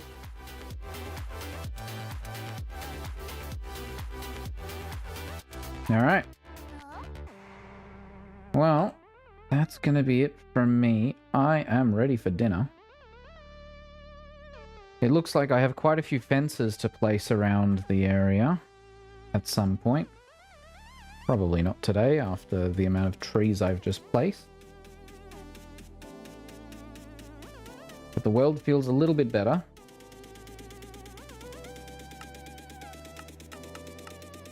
With trees.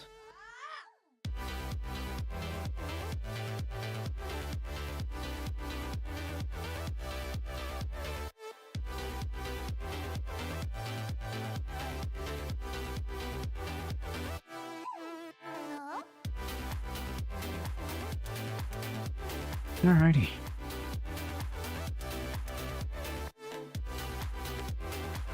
And for reference, this is how it looks on Tutorial Island with the trees in the correct places.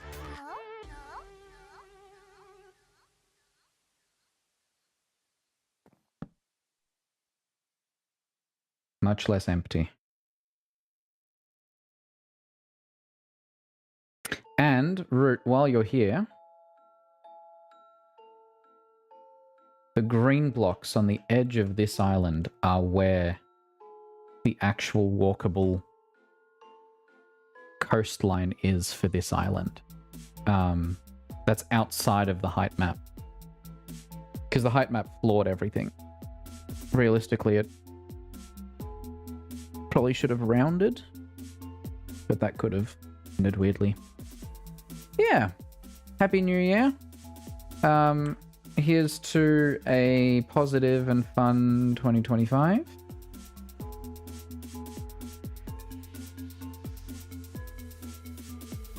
I'm gonna go reheat dinner. My cat has fallen asleep next to me. And I will stream almost definitely on Tuesday next week. Maybe something on the weekend. Thanks, Titan. Enjoy the rest of your day and the rest of your week. Oh, hey, Exeldro. Happy New Year to you. You're just arriving right as I'm ending. Yeah, so Overwatch on Tuesday next week. Maybe some more 07craft stuff this weekend. We'll see. I do want to get either that World Painter script working or a different script working to replace it. So that I can actually do biomes. I did have someone respond on Blue Sky that they might have a potential solution. They seem to do a lot of scripting and command block stuff, so we'll see. Other than that, I will catch you all later. Bye!